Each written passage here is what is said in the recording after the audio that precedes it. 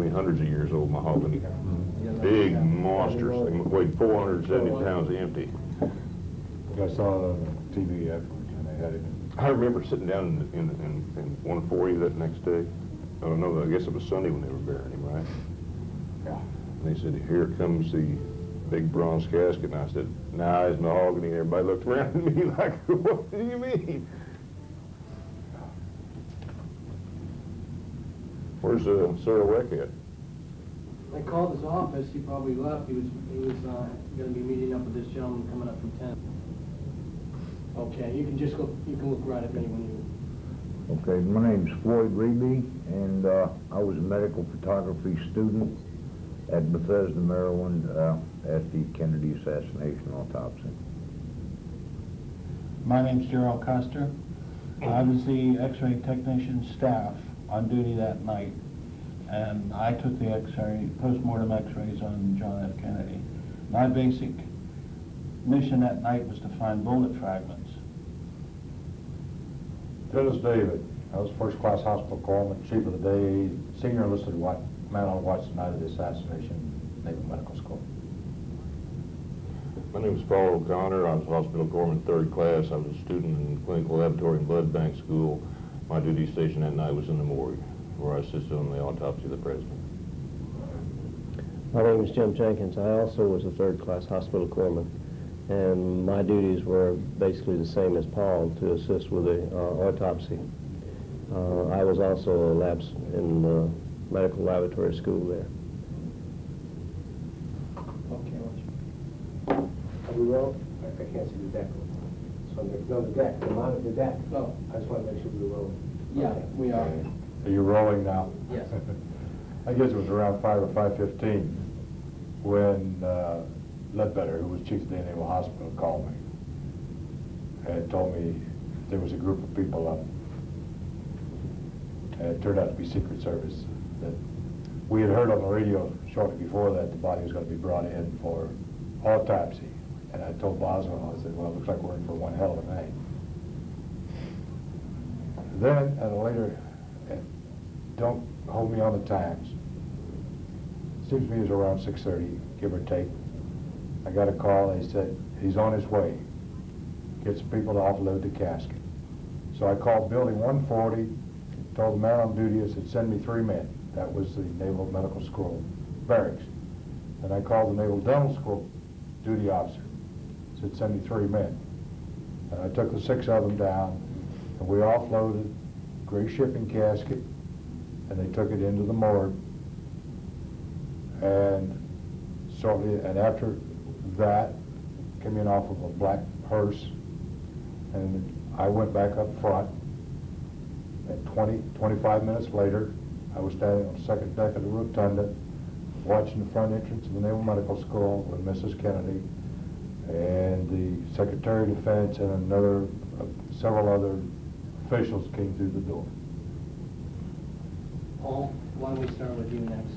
Well, approximately, I thought it was around 8 o'clock that I logged him into the morgue log. But he came in, like I said, in the grayish, pinkish shipping casket, I call it shipping casket. Was opened up, inside was a body bag, unzipped the body bag, and took the unclothed body of the president and put him on the table. He had a sheet wrapped around his midsection, wasn't that right, Jim? Or towels, and a bloody sheet wrapped around his head.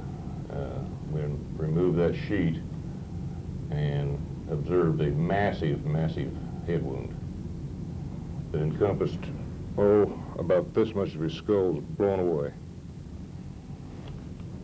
I really not much help as far as removing the body from the casket and so forth, because I was in the morgue and they had to come through an atrium type situation. I had a fleeting remembrance of the head of the casket coming through the double doors from out in the hallway. At that time, it was a grayish brown type. And when they delivered the body, there was some comment made at the time that they had brought him up on 16th Street to avoid traffic and for security, quote unquote, purposes.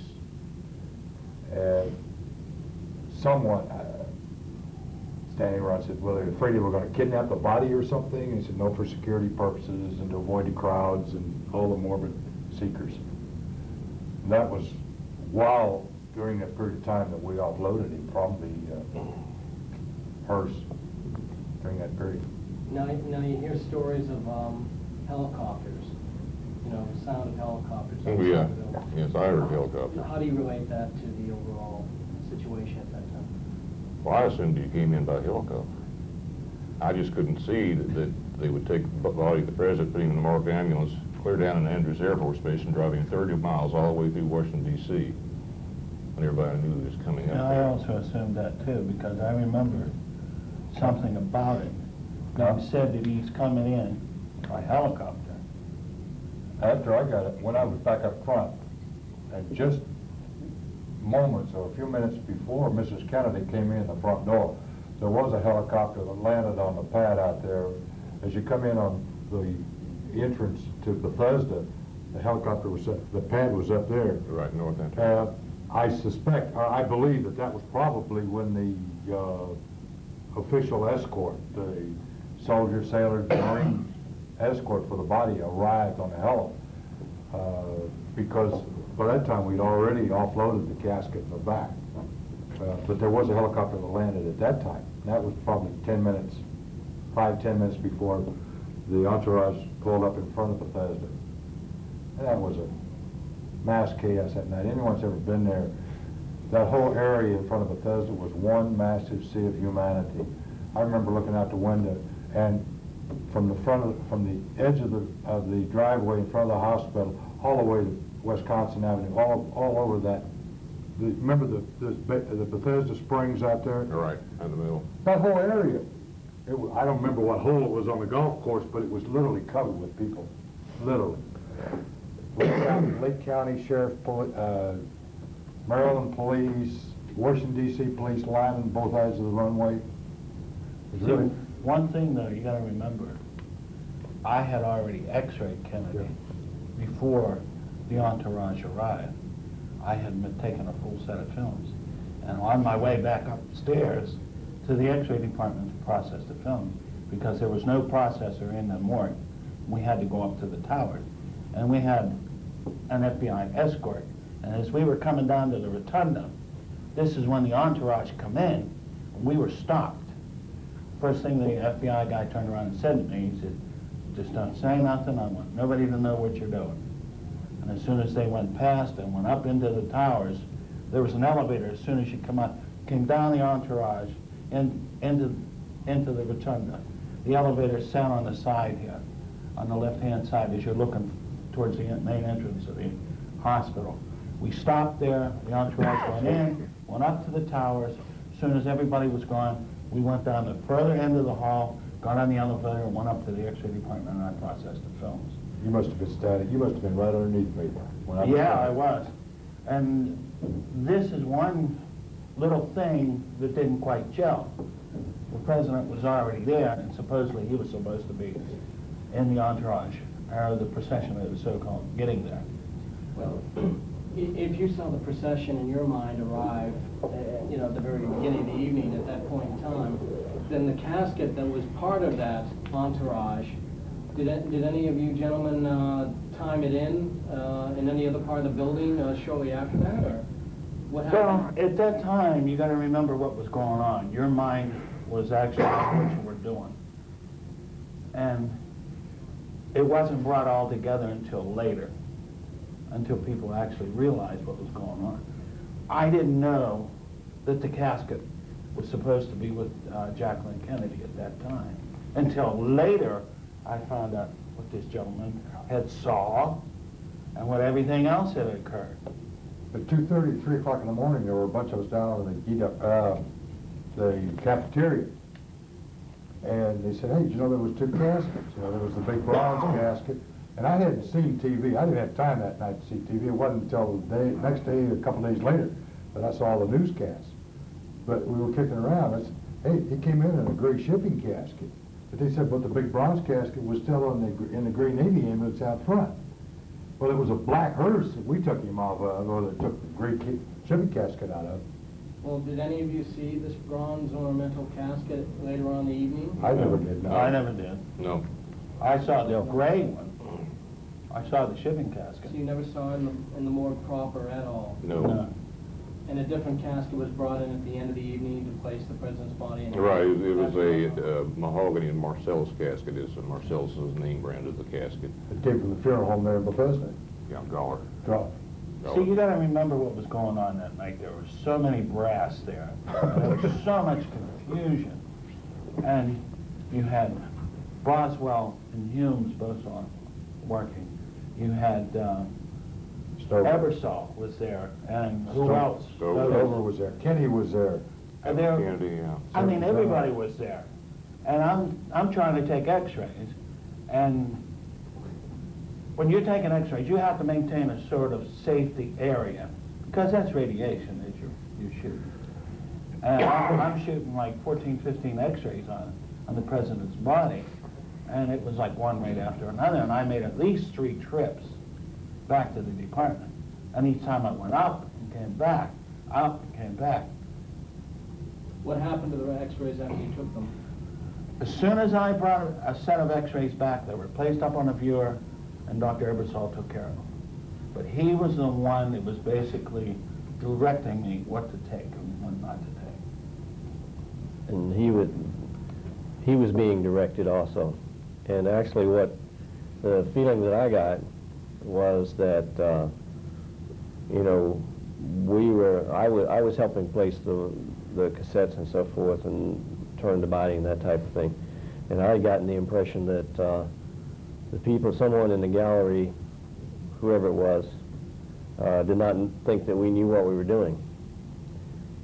I didn't. I was not an x-ray tech, but the people who were taking the x-rays and the people who were at that point in time telling them what x-rays they wanted to take. So at that point in time was the first time that I saw Dr. Ebersol come into the morgue. And then he, as he said, he was directing what was to be taken and what was going on at that time. He, he had taken over at that point in time. You took a couple of strange shots, didn't you? Well, I don't remember exactly because, again, like I said, I wasn't familiar with x-ray. All I was doing was that when they asked me to, turn the body this way or help set the body up or that type of stuff, then I assisted with that. I know at one time, I think you gave me a lead apron. Right. And then someone else had backed off because they didn't have one, and somebody was trying to get the people in the gallery to back off, and they moved back just a couple of steps, but they weren't going anywhere, so. Nobody was going anywhere. So it didn't make any difference. We were shooting Everybody anyway. had mass confusion.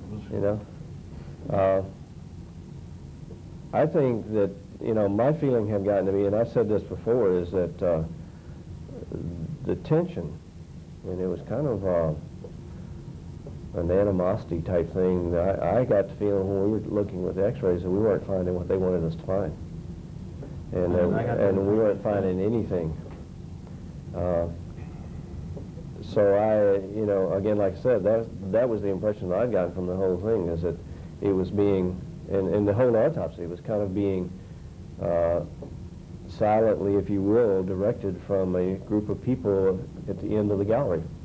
Well, I think also Admiral Berkeley was in there.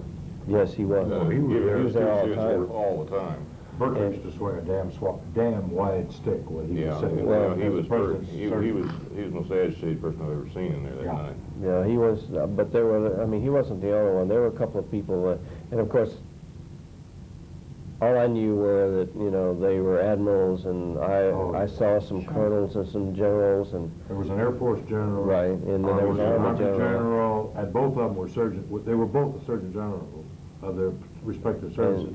Kenny was there, Berkeley was there, Stover was there. I remember seeing all of those people, because I escorted some of them down there later. but the funny part about it is, in the JAMA report, there was no high-ranking officers there. Were they disappeared?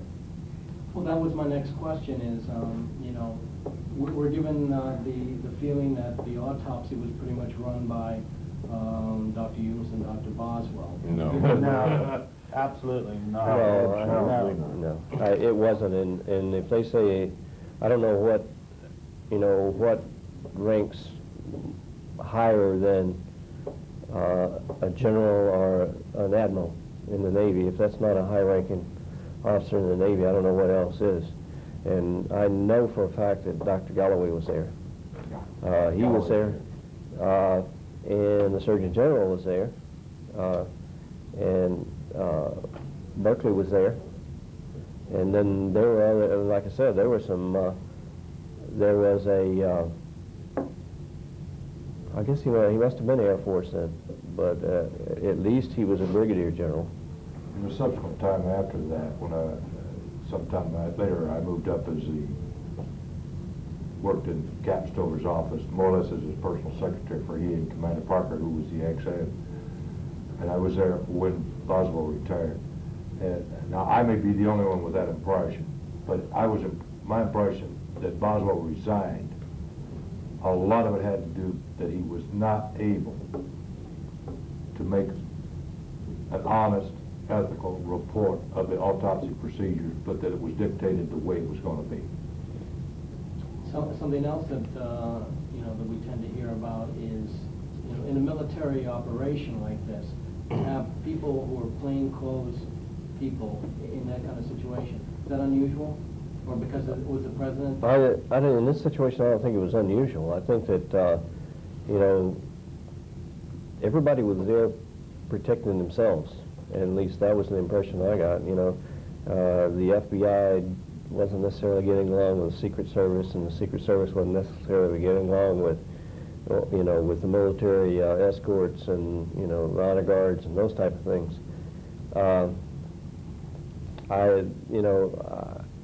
I know that at times Paul was standing behind Dr. Humes and Dr. Fink, and two people in suits, and we have no way of knowing whether they were FBI or Secret Service. They were the cyber domain. Yeah, whomever they were. They came up behind him, and I think they virtually crowded him out of his spot. One of the things I think people have to realize is that Paul and myself both had to stay within earshot. I mean, we had to be able to hear what Dr. Boswell, Dr. Fink, and Dr. Humes were saying, because we virtually were doing what they directed us to do. And that necessitated, well, I remember I stayed at the table almost all night, probably closer to the table than I was actually standing at the side of the table alongside Dr. Fink. The only other time that I left the table was when Dr. Stover, who was sitting behind me in a chair, told me to get a sandwich, and then I walked into a little room where they'd put a tray of sandwiches, took my gloves off, picked up a sandwich, and then Dr. Boswell called me and asked for me to come back out. I had taken a bite off the sandwich, I laid it down, and I never went back anywhere else. I went out. At that point in time, I think that was when we started doing the body cavity. Well, I want to take us back first. Yeah, sure. Can you pause that just a second? Specific memory of the casket or the body in the casket. I didn't participate in that part of it. Paul and some other people had actually taken the body out of the casket, and when I saw it, it was wrapped in the sheets, or a sheet or two sheets, several sheets, whatever, however many was in it. That's my first clear remembrance of the body. Was outside the casket, and the only remembrance I have of the casket is basically I remember a glimpse of it as it came through the door, the double doors that came into the atrium, and that's when I got the impression that it was a grayish brown type thing. In general terms, Paul, can you tell us about when you did open the casket, and also tell us who was with you at the time the casket was open, the body was then? Well, I was standing at the foot of the casket when it was placed on the floor next to the table number 1, the autopsy table number 1, and of course the casket opened this way from my right to my left, and inside was a body bag, which was unzipped quickly, and the unclothed body of the president was placed on the table. I helped carry his head to the table, matter of fact. There was a bloody sheet all around his head, and I got blood on my gloves and everything like that. then we unwrapped the sheets and saw the wound. Who was with you? I could not tell you at all who was there. There was a lot of people. Was Dr. A lot of Dr. hands, Boswell? a lot of hands came down to help bring the body onto the table. I don't know who they were attached to. I couldn't tell you. I remember when the sheets were taken off, my remembrance is that the body was unclothed and the sheet had been taken off of it. We did the cover sheet first. Dr. Boswell dictated to me the wound, scars, the type of things. I wrote them on the cover sheet. Then the sheet was removed from the head. And when we get to that point in time, I have some questions. I have some questions about how the head was wrapped. It's been reported it was wrapped in a single bloody sheet. I remember a couple of towels that were taken from the head area and thrown on the floor. And I was a little impressed by that because it went up against the wall and You had to clean it up. yeah, and I had to clean it up, and it also was on my side of the table. That's where maybe the way that we all remember things. Now, I actually participated in the cover sheet. We did turn the body at that time because of the scars on the back of the body, and also I remember that I believe it was the left leg when we did the measures, the crown rump and the length and so forth. It was shorter then, and that was I asked about it, and they said, well, that was from the PT accident during the war.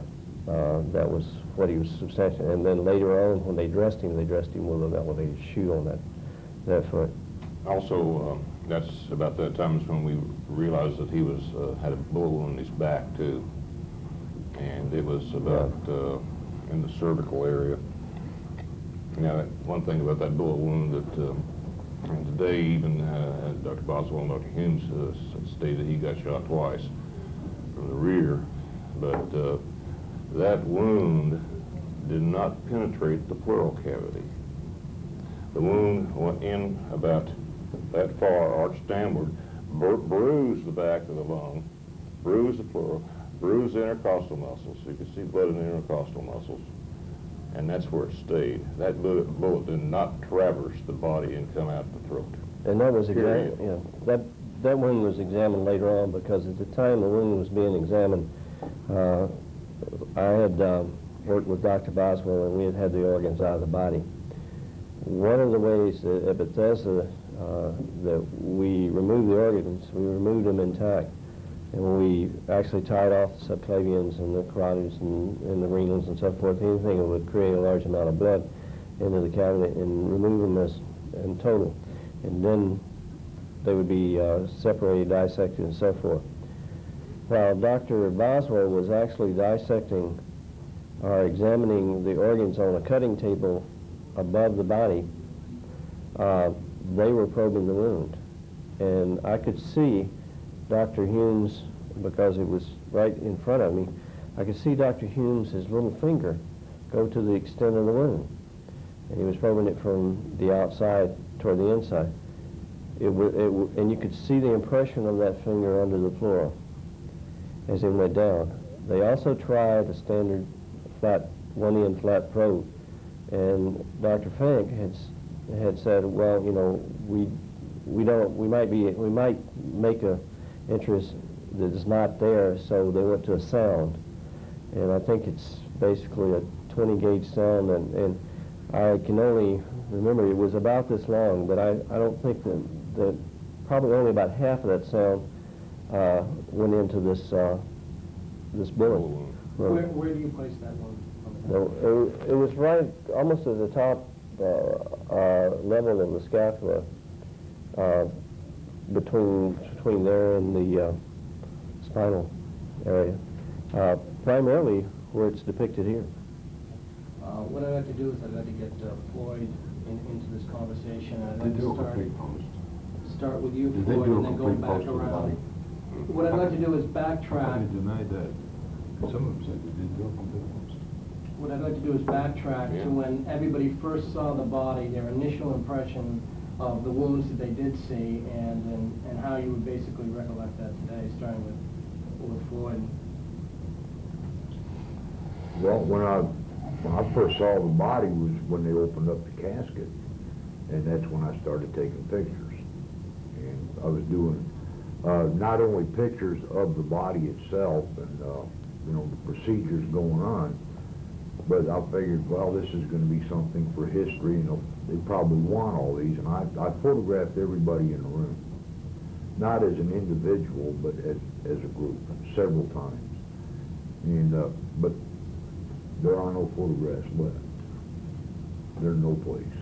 What was your initial impression of the wound? My that you initial saw? impression of the wound is what, like Paul was saying, better than half of the back of the skull was gone. The back and the side of the right side of the skull. Not the throat. Oh, about the throat? Well, it didn't look too awful bad. It looked kind of gross for a tracheotomy. But, I mean, I've seen quite a few of them over in Vietnam and some of the ERs around the Marine bases I've been at. But I've never seen one done like that. Jerrol? I was there also when the body was taken out of the casket, but I didn't actually take any X-rays until afterwards. But when I saw the head, it was a massive hole from mid-temporal range all the way back to occipital, and this was all gone. I mean, you couldn't even see the mid-sagittal plane. It was completely gone. My hands are large, and I could safely say that was about as big as it was.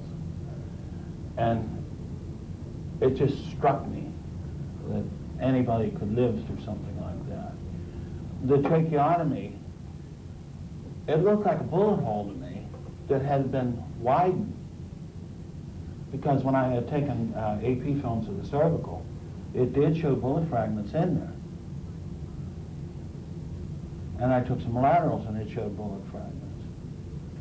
Plus I took some films, at least 5 or 6 different views of the skull looking for bullet fragments. And do you want me to bring that out? We'll get into All right. the picture. And in fact, my job there that night was to take complete body X-rays. That's why I only had so many films, and that's why I had to make trips back and forth to the towers to run my films.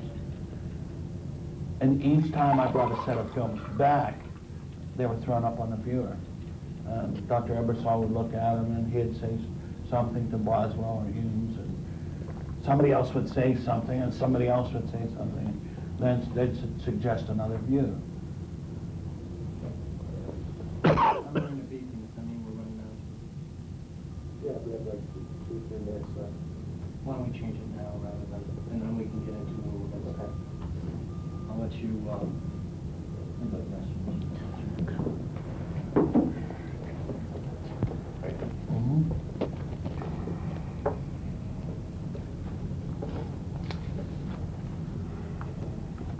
Need to get another ashtray, yeah.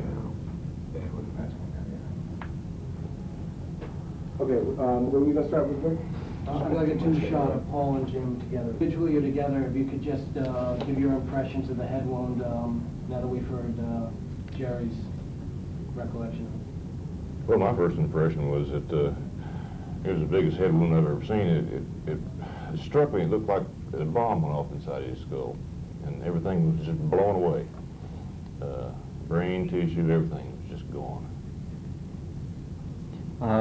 It was an extensive wound, and I don't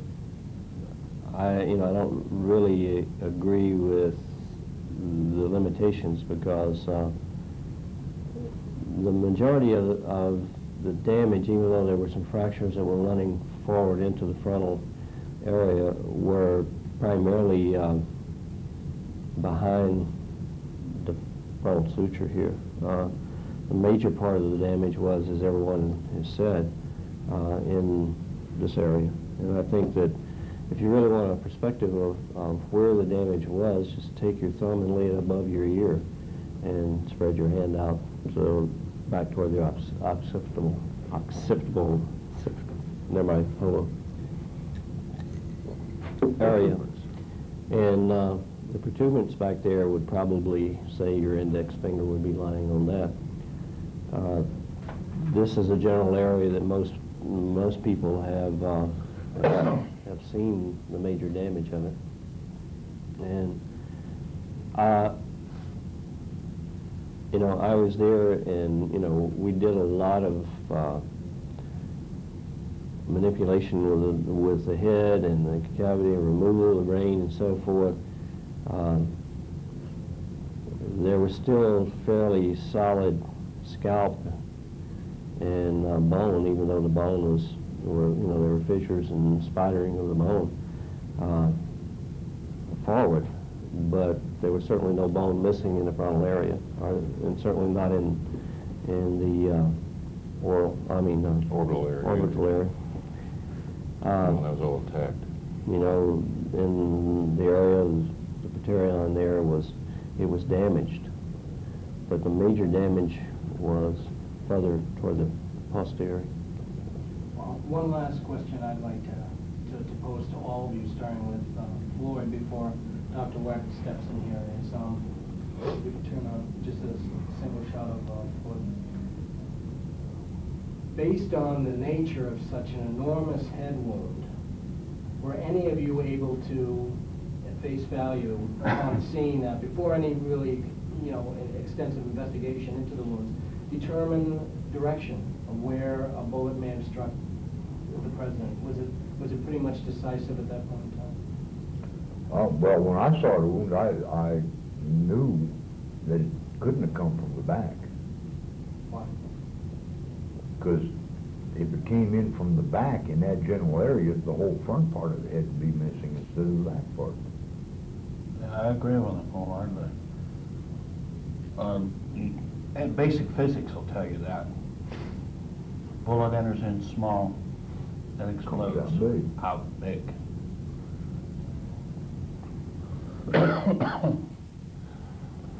Well, I think through the years I've looked and studied, I think he was hit 4 times. Why? What makes you believe that? Well, he was hit in the throat, he's hit in the back, and I think he got hit in the back of the head and the side of the head about simultaneously, which accounts for the enormity of the wound. It just, I've seen that caliber bullet, and it's a small one. It's not very much bigger than, it's a little bit bigger than the .22 really, and I just don't believe a bullet could actually do that much physical damage to that head like it did. Not one bullet. Well, I'd seen a similar wound to that the summer before, and that particular wound turned out to be that the individual had been shot through the side of a pickup truck window with a .30-06. I agree with Paul in that I think that there were at least four hits.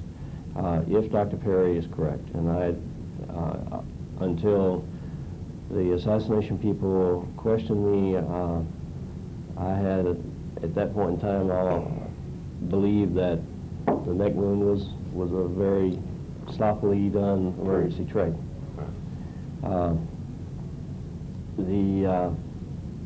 I think that if in essence the neck wound is a bullet wound or a projectile wound, he was hit there. I think that if in fact what Dr. Humes and Dr. Boswell, Dr. Fink calls an entrance wound at slightly above and to the right of the occipital protuberance or along the nuchal line, if that's an entrance wound with an exit around the Pterion, then there was also another wound that entered slightly above and forward of the ear and exited in the area here that we see the greater amount of damage from.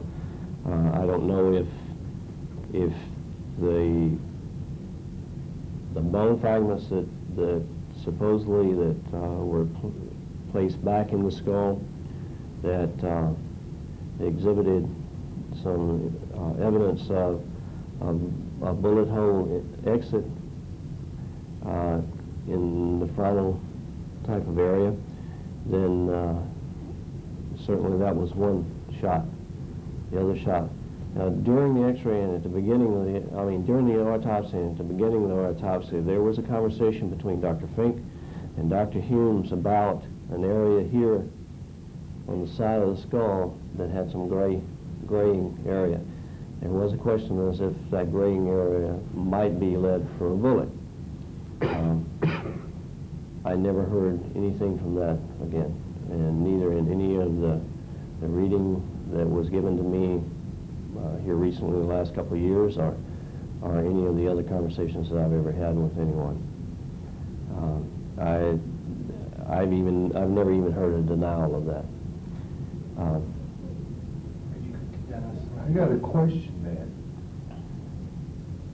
man. You're talking, I always assumed there was 3 shots that hit the president, but you're talking about a 4th shot. Mm-hmm. And as I mentioned earlier when we were talking, at about somewhere between 10:30 and 12, the AO, I think, was the AO of the hospital, had asked me if I knew anyone that had a security clearance and could type. And I told him, of course, I was a mat tech and I had a security clearance.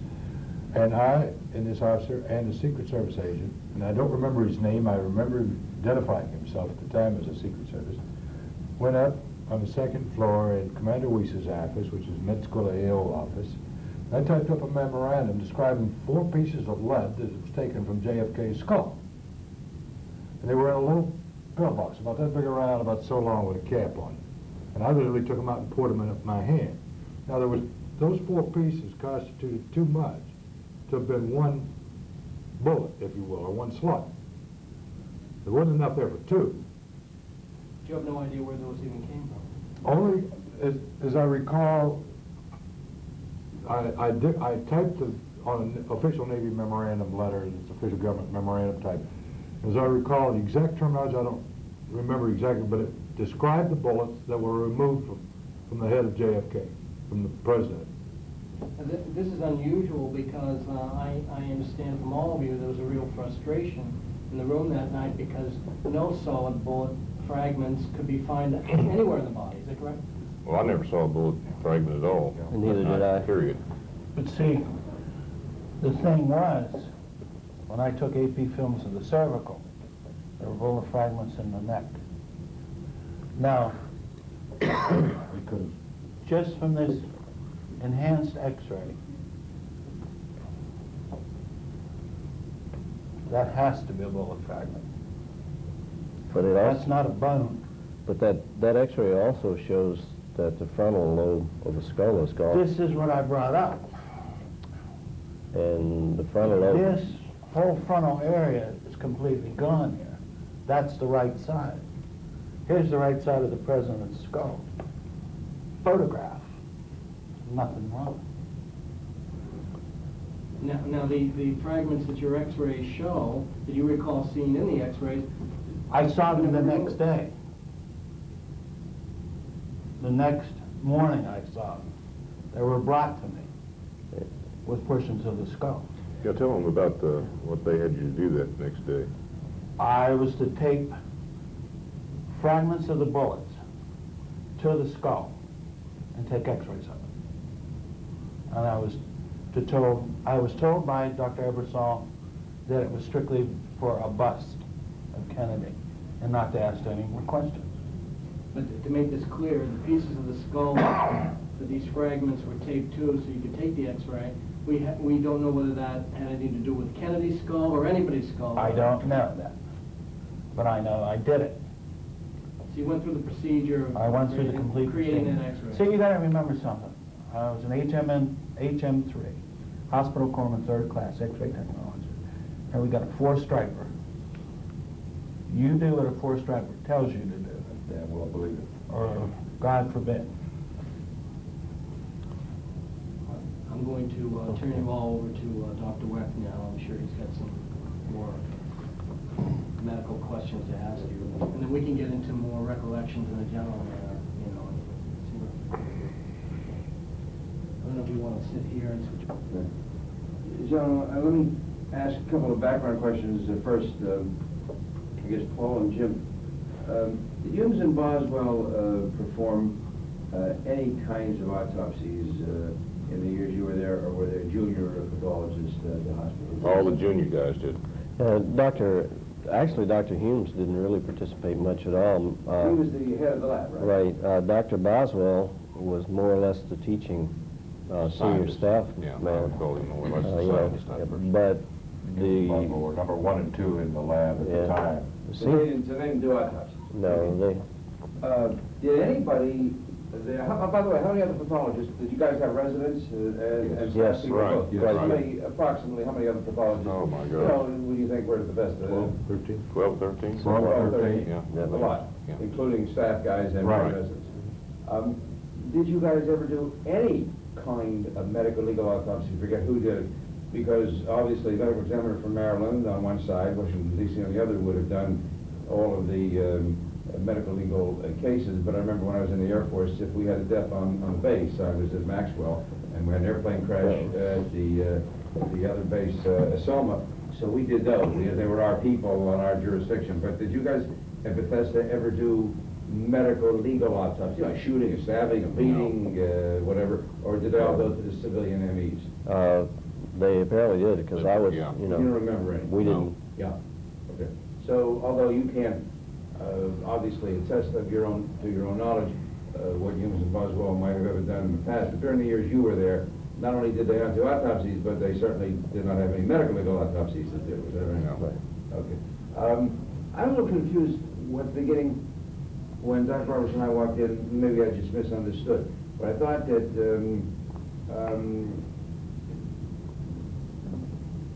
Dennis and Paul and Jim were talking about this casket and taking the body out. Then I thought Jerry said that meantime he had already taken x-rays and he was That's it. on his way back. No. The thing is, they had taken the body out, all right? I was sent from the morgue. They don't need me right now. So I went up and got some more cassettes. Oh. Then I come back. When I come back and started taking x-ray, after I took the first set of x-rays, that's when I had to leave again.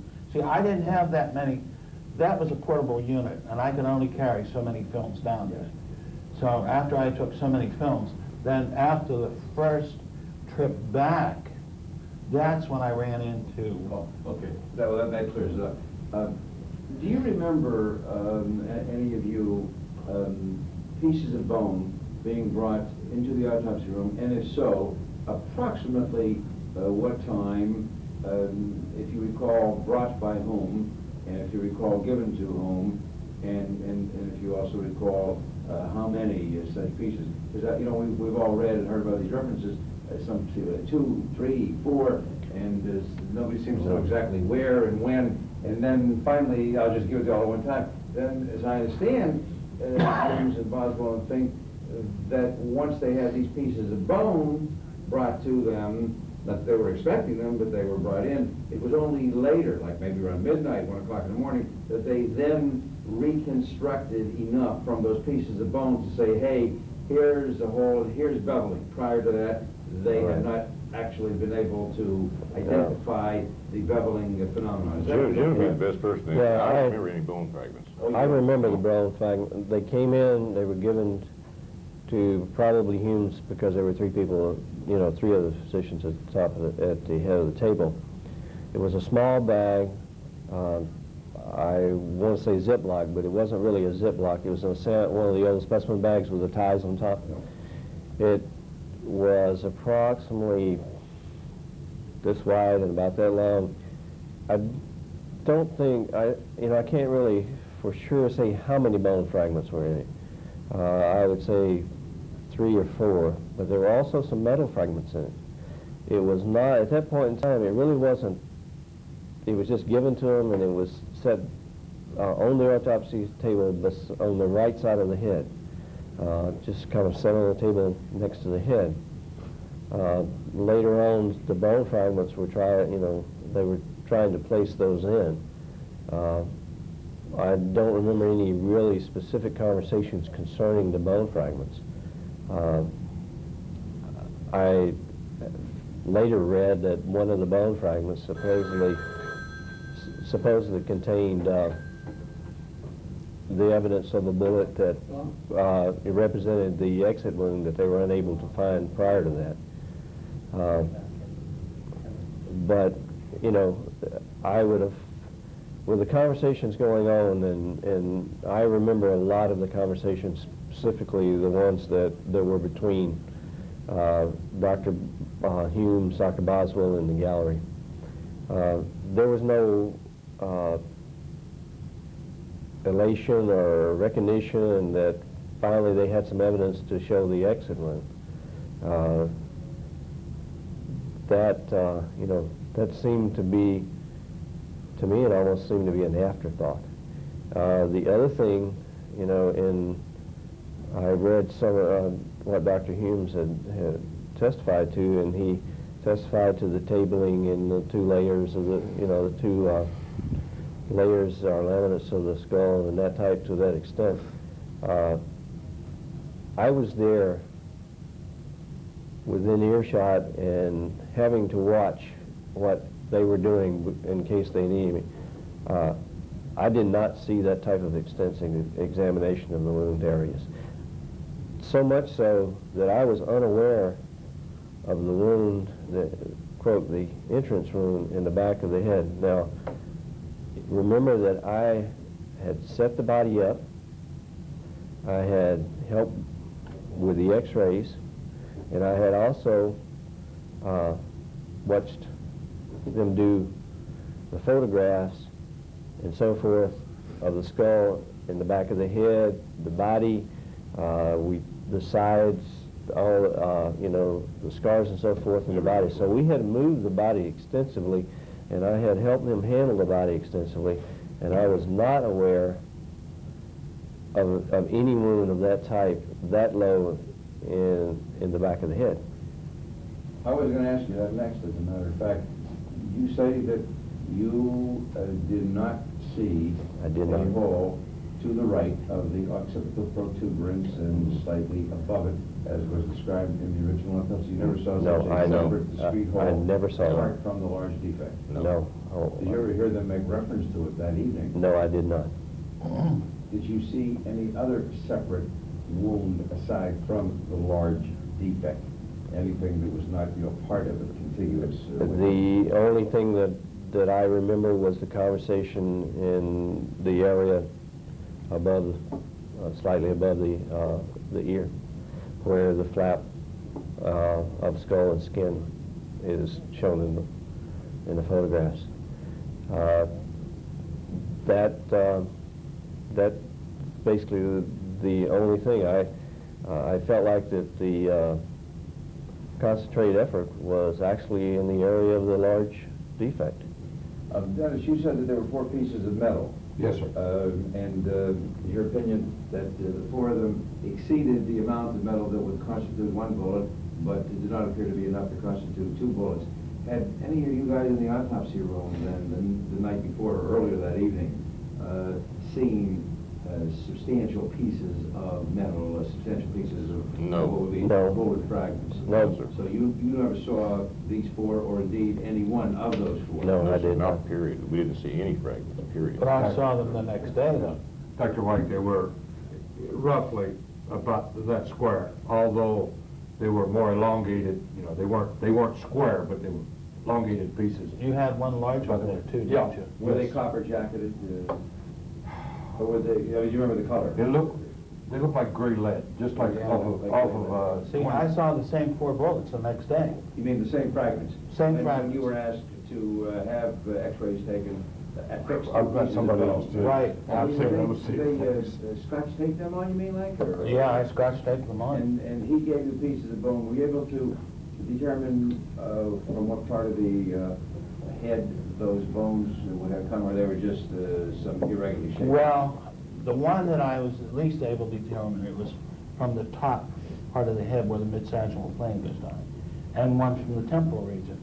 But the others, God only knows. Well, you had seen the body the night before. Right. And you had seen the defect.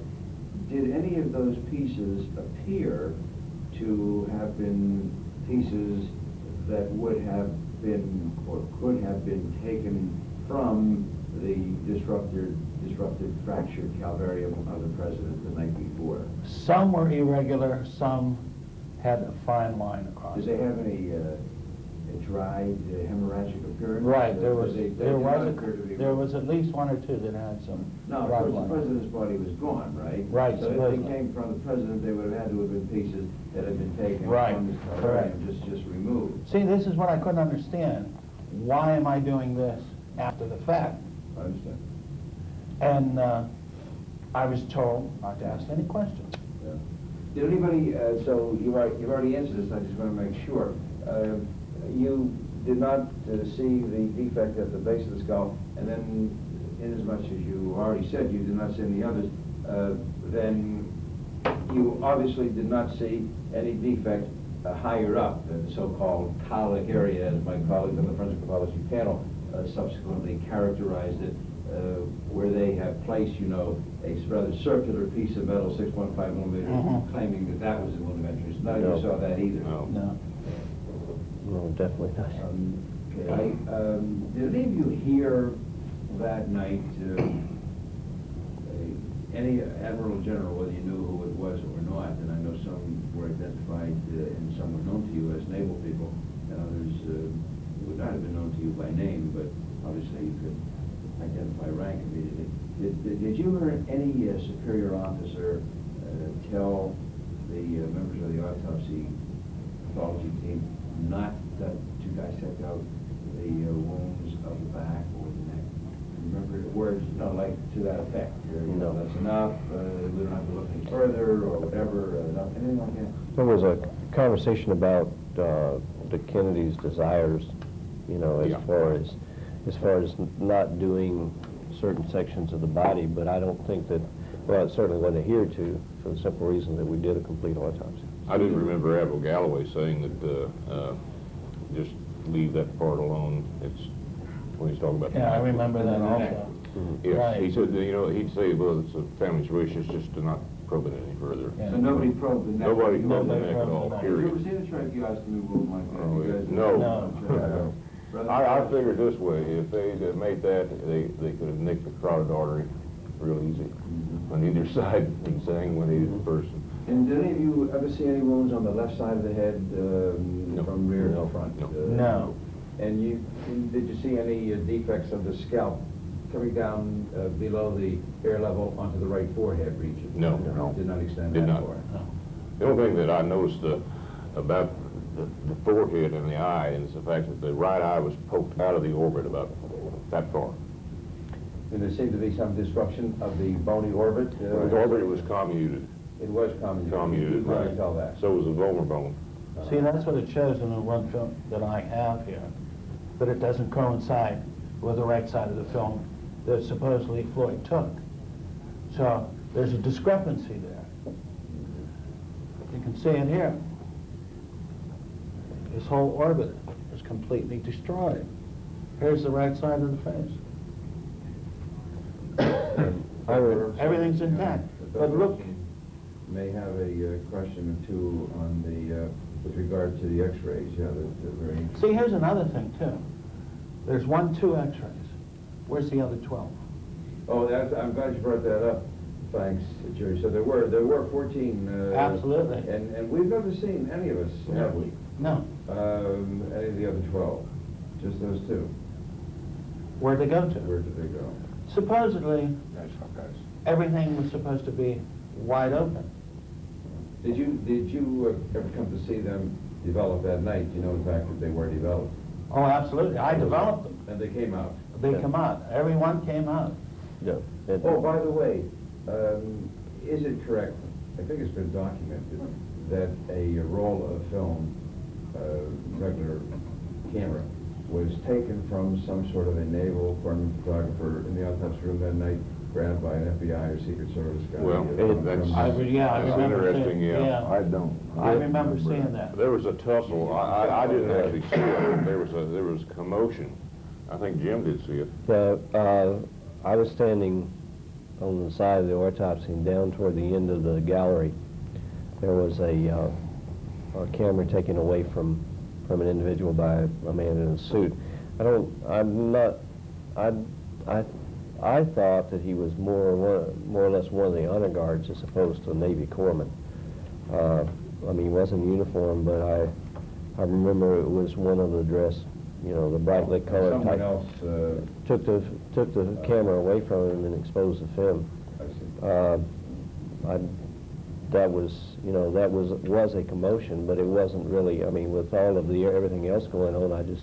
Do you remember a particular moment in time when anybody came in and stated that a bullet had been found back at Parkland Hospital? Was that information made known to any of you?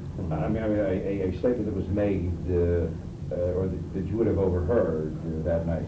I didn't know. You knew nothing about that? No. I see.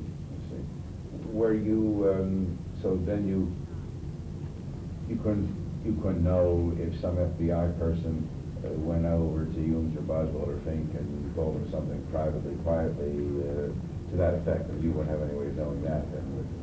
I don't remember any private conversations between any of the physicians other than Humes, and he would walk to the gallery and talk to, you know, someone occasionally, but it wasn't like, you know, someone would come to the table and whisper in his ear or anything of that By the way, nature. this gallery that you guys speak of, were there seats, for the teaching? Benches, yeah, Yeah. right. Basically, three-tier benches. Three-tier benches, I see, like a little classroom. Right, exactly, right. It was a teaching morgue. I don't think too many people were sitting down that evening.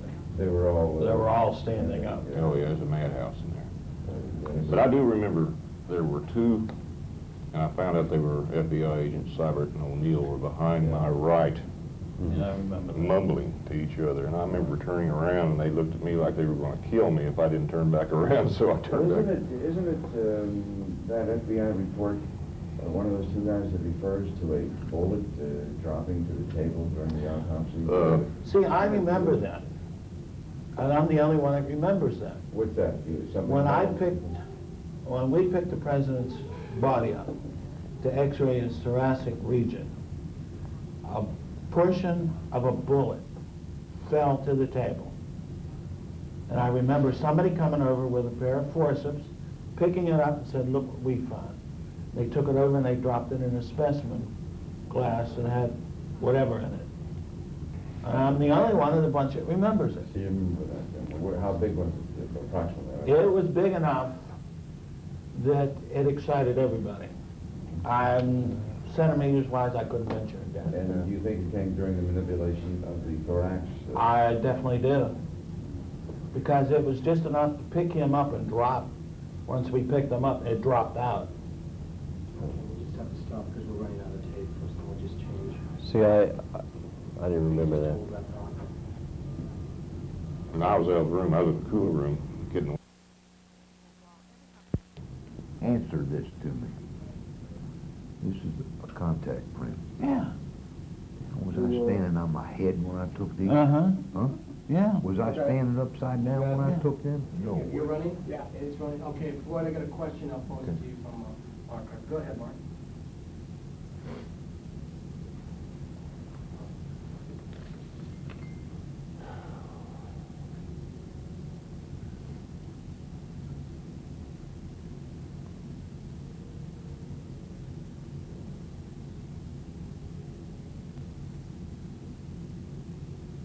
Long question. Must be a long I'll question. probably take a yes or no answer. Yeah. He's relating to an article in a magazine in 1978 in which an interview with Robert Newsom, who was a White House photographer at that point in time, the Kennedy district, who stated he was at the autopsy, and he said, quote, "The hardest job I ever had in my career was taking autopsy pictures of President Kennedy." Do you recall anybody else taking any pictures of that nature? Don't let anybody else in the door. Nobody was in there. The Secret Service or FBI, combination of both, took every single film away from me as soon as they could get it. Now, when I was using the Speed Graphics, I was using an electronic flash and a film package which held 12 negatives. Okay, every time the flash went off, he was wanting the negative right then and there, or the flash, so he could count for it. So to your recollection, there was no one else No, taking pictures? nobody else. Well, there was one other person, it was Mr. Stringer. Other than Mr. Stringer and myself, no, there was nobody there. He said that, did you hear that? Okay. These people come out of the woodwork. Boy, don't they. Claim all this stuff. It's Uh-huh. amazing. Had to give up your life and limb to get in that room that night. Just bad to get out. Yeah, if you got out, there was somebody there to follow you.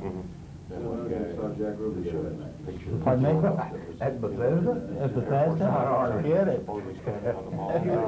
He could have gotten it. He broke down and realized what he was saying, got to you.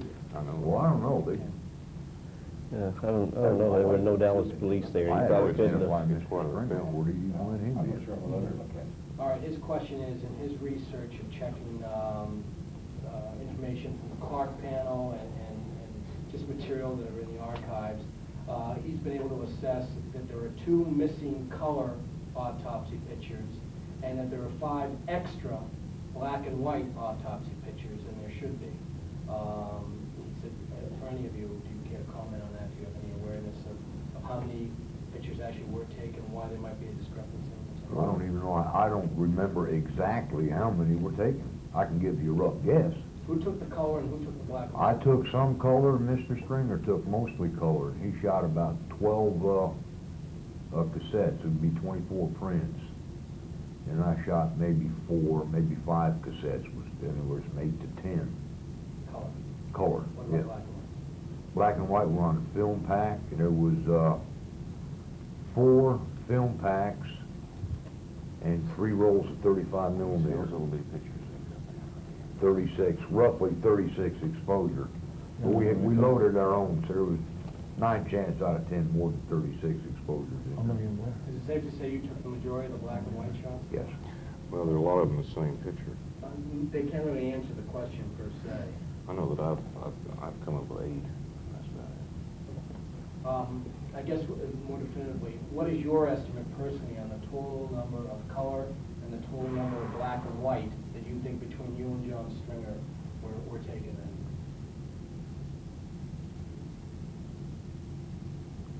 About 140, close to 140. You said close to 140 total color, black and white. I don't know.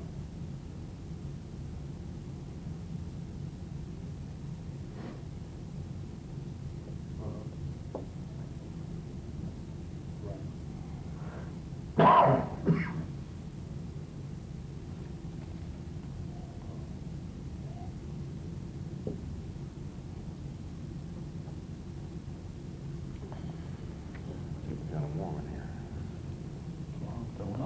He's asking questions about the actual visual elements within the morgue that appear in the so-called autopsy pictures we have with us. Perhaps that's an area that we should deal with after Dr. Wecht asks his question. Then we can deal with X-ray and photographic material and any comments you want to make about what happened on that. That's a whole area we're going to get into after a couple more questions, but we will delve into that because we have your set of pictures and some other stuff here that we can definitely in detail get into any discrepancies. Great, thanks, Mark. He says thank you to all of you and to have a Merry Christmas and a Merry Hanukkah or Merry Christmas. Happy Hanukkah. Rick, ask Dr. Robertson if he has a couple questions with regard to the films and stuff. Was there anybody so we can line up a camera shot, is there anybody? Let me start with Jerrol first. Well, before you mentioned that there was what you thought part of a bullet hole in the tracheostomy wound that looked like half the circumference. Was that in the midline or was that to the right of midline? That looked midline to me. It looked midline. any of you, and this is open to anybody, see the underlying trachea? No. No, You did not see the trachea? no. Was it identifiable as We- a discrete structure or not? We just It was didn't not touch it. the examine. The only examination that occurred was when we were doing the body organs. Dr. Boswell took the flap that we had turned up and lifted it up and kind of looked up in that area, but as far as my remembrance, that was never even probed. The opening itself was never even probed.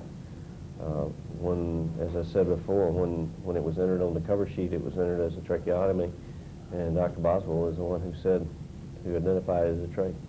See, that's do what- usual Y-shaped, No. no, We did a U-shape. U-shape. a U-shape, And, more or less. well, it was a Y, I guess, so. But then there was no dissection of the neck, and the higher No. zone and the laryngeal cartilages Were and not. strap muscles were not removed. No. They were not visible, really. Not even touched. No. No, they were not.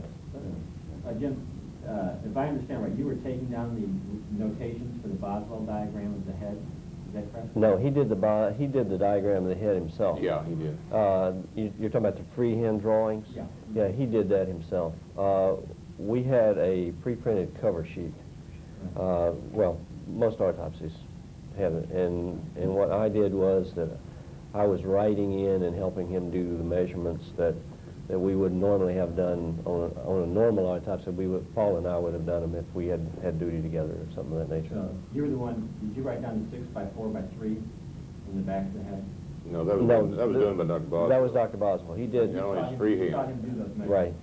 I saw it. Yeah, I saw him do the measurements. I How just. far down inside the skull were those measurements taken? I would say they probably were down to probably to the hairline below the nuchal Okay. area. Ridge. And, the 3 centimeter area near the left orbit, do any of you have any idea what that represents? No. No. That's strange. I- I Is there any couldn't figure that bruising out. or hemorrhage in the left intercanthus region of the left eye, as noted in the No, report? no. Was there any in the right eye? Yeah. I didn't really see any hemorrhage per se. It was very, very dilated and fixed, and like I Yeah, said, it it was out of was the dilated. orbit about that far. Right. Yeah. Extremely dilated. I see You gotta remember at the time, though, the eye was kind of discolored, and it protruded. Right. So to actually see a hemorrhagic area, I think it would be kind of difficult. Okay. Now, Jerrol, when you took these x-rays, the lateral skull x-rays are quite dark. Did he tell you, or did you go way up in your MAS to make those dark? See, the thing is, these are enhanced. Right. No, I realize that. Okay. But the original, I've seen The pictures. original x-rays, to my recollections, were not that dark, because they were light enough that you could actually see where fragments of the bone were separated. It looked like somebody had taken a hard-boiled egg and just went like this to a skull. Okay. It was that well fragmented. Now, on the left lateral view of the skull, how far away was the film from the skull? Was it plastered right against it? Right against it. Okay. And the same for the AP view? Correct. Okay. Floyd, you took the pictures of the back of the head. Yes. Was there a flap of scalp that would go up and cover the major portion of the hole that was present posteriorly? If it was stretched, it probably would up and pull down. Not the whole hole, but just, it would go up. It would cover part of it and pull some of the scalp down. You might get most of it covered. Okay. So you gotta remember the scalp was in 2 parts. Like I told you before, the front of the face completely drooped. Right. You know, it didn't actually look like him because of the deformity of the face. Mhm. You actually had to look at him twice to realize who you were x-raying. Were the postmortem skull x-rays taken before or after the brain was removed? I'll be honest with you, Before. Before? when I took films, the guy said the brain was there, but I didn't see it. Okay. And I was right there, Okay. and I held the head and picked it up, and I could see down in the skull. I saw brain fragments, but that's it. If there was anything there, it had to be very small. Now, when the brain came out, did anybody notice whether cerebellar tissue was involved? Was there a cerebellum? Or Yes, maybe there was. you can't see. Yeah. Oh, well, yes, I did. I helped infuse it. Oh, you did? So Yeah. you infused it and placed it in the formalin fixed bucket? With Dr. Boswell and one of the residents. Did the Cereb- cerebellum the appear cereb- to be untouched? Yeah, it seemed to be Sorry. intact, and the tentorium didn't seem to be torn, or, the primary damage actually was to the right, right, and it was mostly probably anterior of the area that I described before.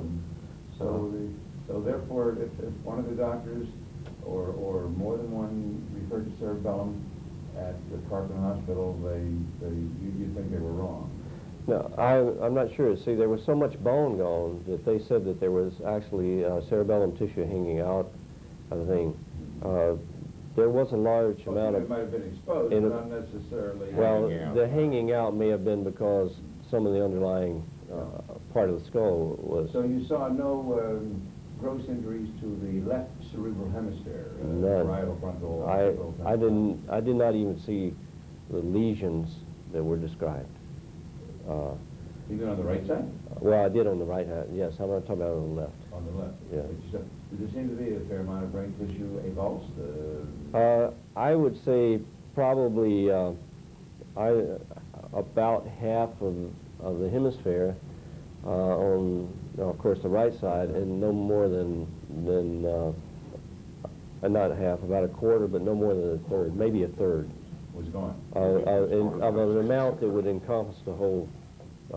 So what, therefore, Right. do you make of a 1,500-gram weight brain 2 weeks later at the time of the supplemental exam? I don't know. You've all seen brains. We've seen some swollen brains of people who've been kept alive for, a little while. Right. And they get developing cerebral edema. But, he really was dead when that... gunshot wound. I mean, he wasn't... I don't know where they came up with 1,500 grams. I don't Isn't that a think, little bit no. big for a normal Yes, brain? I would think so. See, I have asked some questions of people, they're friends of mine, that are in forensics, and, does an infused, well-preserved brain actually gain weight to that amount? Judging from 12 to 14 normal, I would say this one was probably no more than 850 grams. Now again too, is that I didn't measure it, I didn't weigh it, I'm just... They did not take away to the brain that night. Right, no, we did not. That's all. I never saw a brain. So they use the Roca casket rather, they take out all the organs intact. Yes. Yeah, And did you notice, I realize they're small and maybe you would not have noticed this for any particular reason, whether they actually saw adrenal glands that night? they did And now look around the I don't- kidneys, but I never saw a brain gland. I don't, we took everything out, we dissected it part by part. We did the heart first, then the lungs, and then we went down to the kidneys in that area. We did the bowel, removed the testicles. I remember the bowel specifically because that was one of the things in the autopsies I never really cared to do, and Dr. Boswell did it that night. He ran the bowel? Yes, he They did. ran the bowels. And I've been asked the question before. I don't specifically remember the adrenals per se, whether they were sitting on the kidney where they're supposed to be, whether they were atrophied, or whether they were normal size. By the way, not that this is important for our discussion, but representative sections of the organs were taken in the usual fashion. Whatever was done, forgetting the brain, the missing brain, whatever was done with the remaining tissues, heart, lung, kidney, so did they put it in a bag and place it inside the now thoracic abdominal cavity? No, the only thing that was returned was actually the bowel section, and it was actually cut up by the mortician and added back to the plaster of Paris, or whatever it was that was used to reform the body. So you think the other tissues were not placed inside? No, the other You think they tissues, were disposed of? I don't think they were disposed of because there were containers for them. For whole organs? Yes, Right. yeah, we always did that. Oh, you did? Yes, they took their sections. What they would do is with the heart, they actually, I'm not sure what the technique is, but what they would go into and open it up along the lines of the vessels, as opposed to sausaging it. And the other, like the kidneys and so forth, they would primarily be a sausage technique, take a look at, and then they would be kept. And then, of course, the sections that they took for the blocks and so forth were put in separate containers also. Primarily, yeah, Jars. yeah, most of the organs were, while I was there, I don't remember any of the organs that we did, that we actually put out for disposal or anything of that nature. We kept most of them. As a matter of fact, there was a room there that Paul has on that thing called the chemical room that did have organs in jars. Hank did arrive late, didn't he? Yeah. Yeah. Relative to the time sequence of the autopsy? He came in just as basically autopsy was starting. He, What, toward 9 o'clock? oh no, I don't think he was that late. I don't know. I don't. See, one of the things that I think the autopsy started a little bit before 8 o'clock. I don't really have any reason to believe that, but Who was doing the actual cutting? Dr. Humes. Now, you had never seen Pink before because he was an Army guy at the Never 8 saw him. As you reflect back on it, did he appear to be somewhat of a second team player, shunted Yes. aside, an Army man in a naval setting, Yes, sir. called him rather late and so on? He, He was not, I'm not talking about militarily, I know he was not in charge, but they did not defer to him and say, hey, you're a forensic pathologist, you kind of take over here. It wasn't that sort of situation. No, Definitely. actually, it's kind of as you explained. He was kind of secondary there for. I don't know. He did help with some of the examination of the head, but he really did not play a major part in the autopsy at all. Dr. Boswell and Dr. Humes, primarily Dr. Humes, did most of the head section and so forth in consultation with Dr. Boswell, and I guess you would have to say in consultation with Dr. Fink.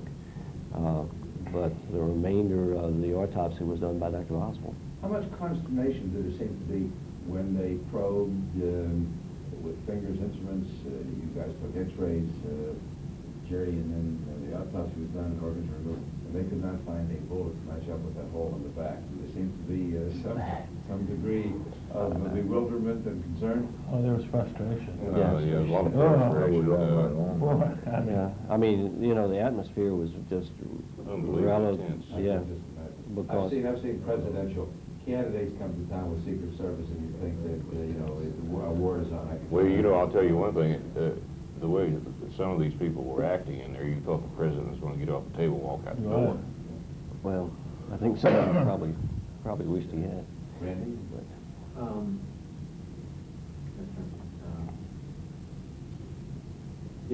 So none of you observed the hole in the back of the head near the external occipital tube? No. No white spot on the picture? No definition at all, entrance or exit. You don't remember them measuring the 1.5 by 0.6 centimeter hole there? No. No. Okay.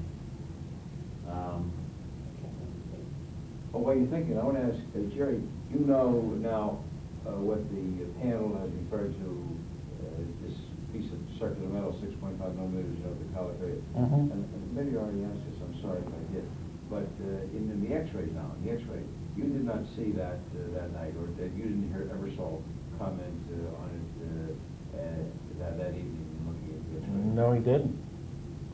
I Never said a word about it. No, I think that judging from the tension in the room and the tension being created by the fact is they could not find any metal fragments or any bullets per se. If something like that had occurred, there would have been. They would have. Oh yeah. You would have heard. Oh, yeah. You would have heard the chairs go up. Hey, we found it.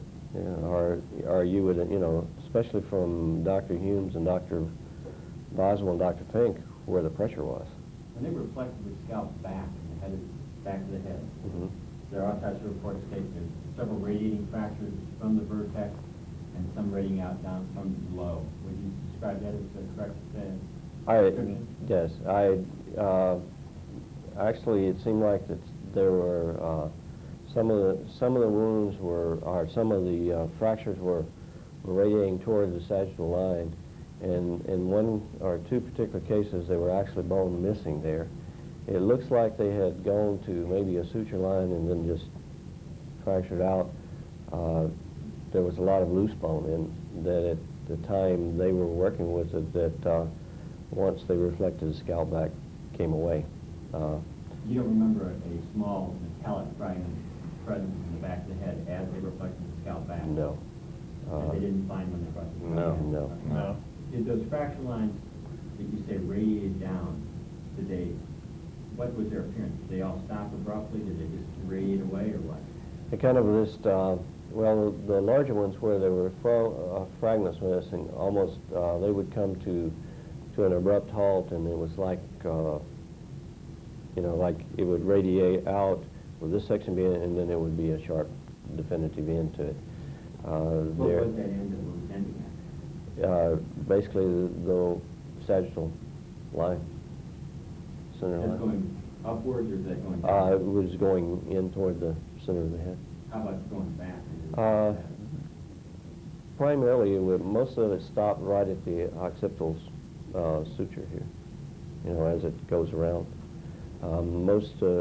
And then a lot of it stopped on its own in the area back here. Okay. It was not, I mean, it seemed to Those be, fracture lines, they did radiate all over the place. yes. And a lot of them did stop abruptly. You'd have a fracture line would come up and stop. Then another one would come off to the side this way and stop. And they would always, for some reason, stop mid-sagittal. Mhm. And then, you know, they did, the other thing too is they did radiate forward, you know, into the frontal area, but there was no, I mean, no absence of bone, no real tearing of the scalp in those areas. Somewhat wavy appearance to the area in the back immediately? Well, From the crown of the skull up forward, is there somewhat wavy appearance to the fracture? not that I noticed. A lot of the area in there was missing. I mean, it was really fractured. As far as the mobility of the skull goes, would you say there was distinct mobility of the frontal area above the right eye? Did they move that? Was this portion of the skull here very mobile, as they described in the autopsy report? I would think that yes, it was readily movable. Okay. Was there another fracture on the left side of the skull back here that was somewhat mobile? No. No. See, when I picked the skull up to take x-rays of the skull, it felt mushy, like the bones were moving. And specifically on the right side, when I picked the head straight up, I had my hand over the fracture area. I could feel it. And I made the comment that night that it was moving. I said, this is really terrible. You know, and the funny part about it is, to see something like that, it just caught you off guard. You're not expecting to see that. And like we were teasing each other here just before, everybody else is a little bit older than I am, and I was just a young guy. I was around 21, 22 years old. And really, I never saw anything that bad. And it just caught me. And that's why it's such a vivid memory that sticks in my mind. But I never talked about that for over 30 years until somebody got in touch with me and let me know that the gag order was rescinded. I never told my wife anything about it. Has they really enforced that, or made it apparent that they would enforce it even after you left the Navy? No, I don't think so. They made believers out of it. Yeah. They sure did, yeah, but I imagine that after we had left the Navy, we could have said anything we wanted to, but just, Once you were out, you were out. you're out. But that morning, when you were brought before the Admiral, and you were to sign the order, he said, you keep your mouth shut, or you'll wind up in prison. And you're looking at an Admiral, and he's telling you if you open your mouth, you're in real hot water. I just have one final question. Is there any question in anybody's mind that there was only one hole on the back, not the head now, on the back, from the lower neck on Just- back? just one hole. You saw one hole on, I and can- that's it. That's it. That's all I saw. No chance that splashes of dried blood, which we do see in photographs. Right, you do. Could have covered up, or could have been overlying a small bullet hole, any possibility? I didn't ever see it. No, I don't that really spot know. of blood on there that did look like a bullet hole wasn't a bullet hole though, in reality. I just wanted to ask a question, getting back to the Secrecy Act.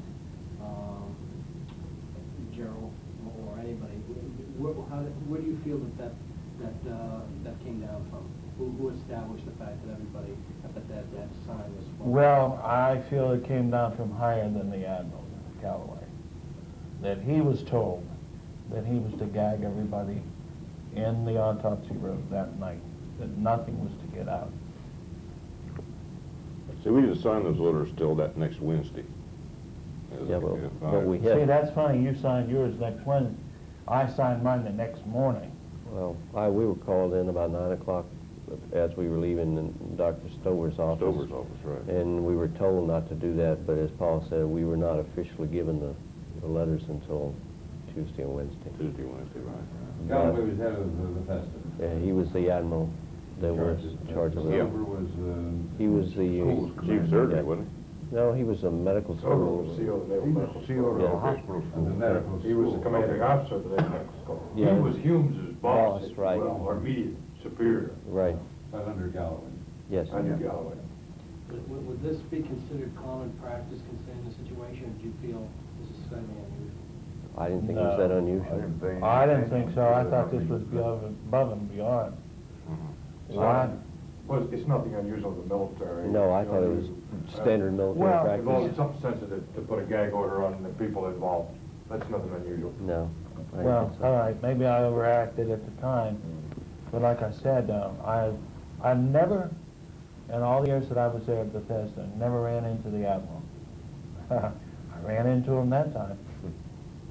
Well, you know, when I was asked to, initially I was kind of commanded to appear for the assassination committee, and I told them I wouldn't do it without a subpoena.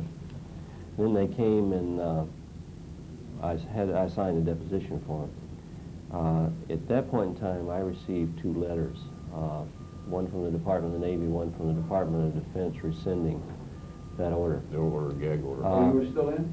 No, I was No, out. we were out. I had been out quite some I time. guess they did that for formality, because we were all civilians at the time.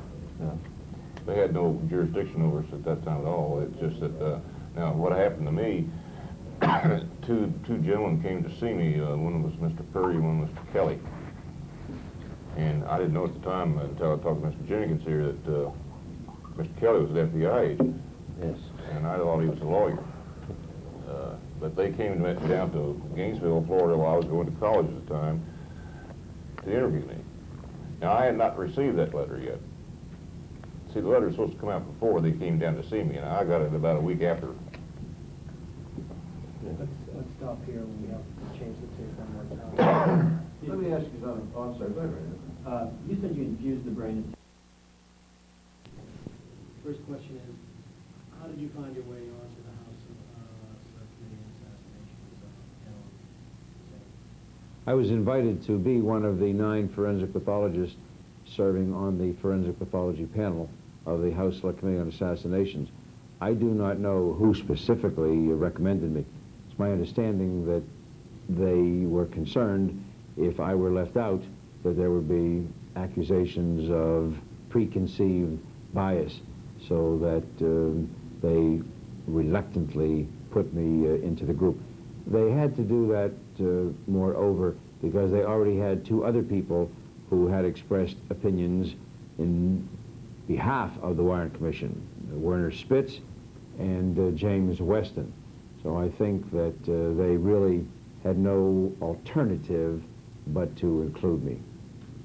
Of all 8 forensic pathologists that were on that panel, how many of them, including yourself, do you feel came in with preconceived opinions about this, or whether or not they were open to just looking at the evidence the government presented? Of the other 8, I know that 2 had expressed definite opinions of an unequivocal nature concerning the Warren Commission report, namely that it was correct. The conclusions of the Warren Commission report, the conclusions of the so-called Clark panel, the panel put in place by then Attorney General Ramsey Clark that had studied the materials in '69, 2 of them had expressed public opinions. Of the remaining 6, I know that there had been opinions expressed privately on more than one occasion at meetings of the American Academy of Forensic Sciences, the National Association of Medical Examiners, and other places, indicating that they believed the Warren Commission. But I can only state that 2 had expressed these in some kind of an official, public fashion. Can you describe for me the exact elements in which all of you on the panel, when I mean elements, photographs, x-rays, materials of any kind, can you describe to me the wealth of material you were working with to try to reach a final decision? Essentially, the panel had all the autopsy materials that I recalled having seen at the National Archives when I was the first non-government forensic pathologist given access to the JFK materials at Smithsonian Institute. I know that all of those were there. Then there were some additional things, including some subsequent reports that had developed in later years under the auspices of the Rockefeller Commission, and then simultaneously with our own reviews, some thoughts, probably incomplete, non-final, unofficial at that time, from some corresponding panels that were functioning with us at the same time under the aegis of the House Select Committee, such as the radiology panel, the photography panel, the criminalistics, ballistics panel, things of that nature. As a governmental investigating body, what was the final conclusion at the end of the day?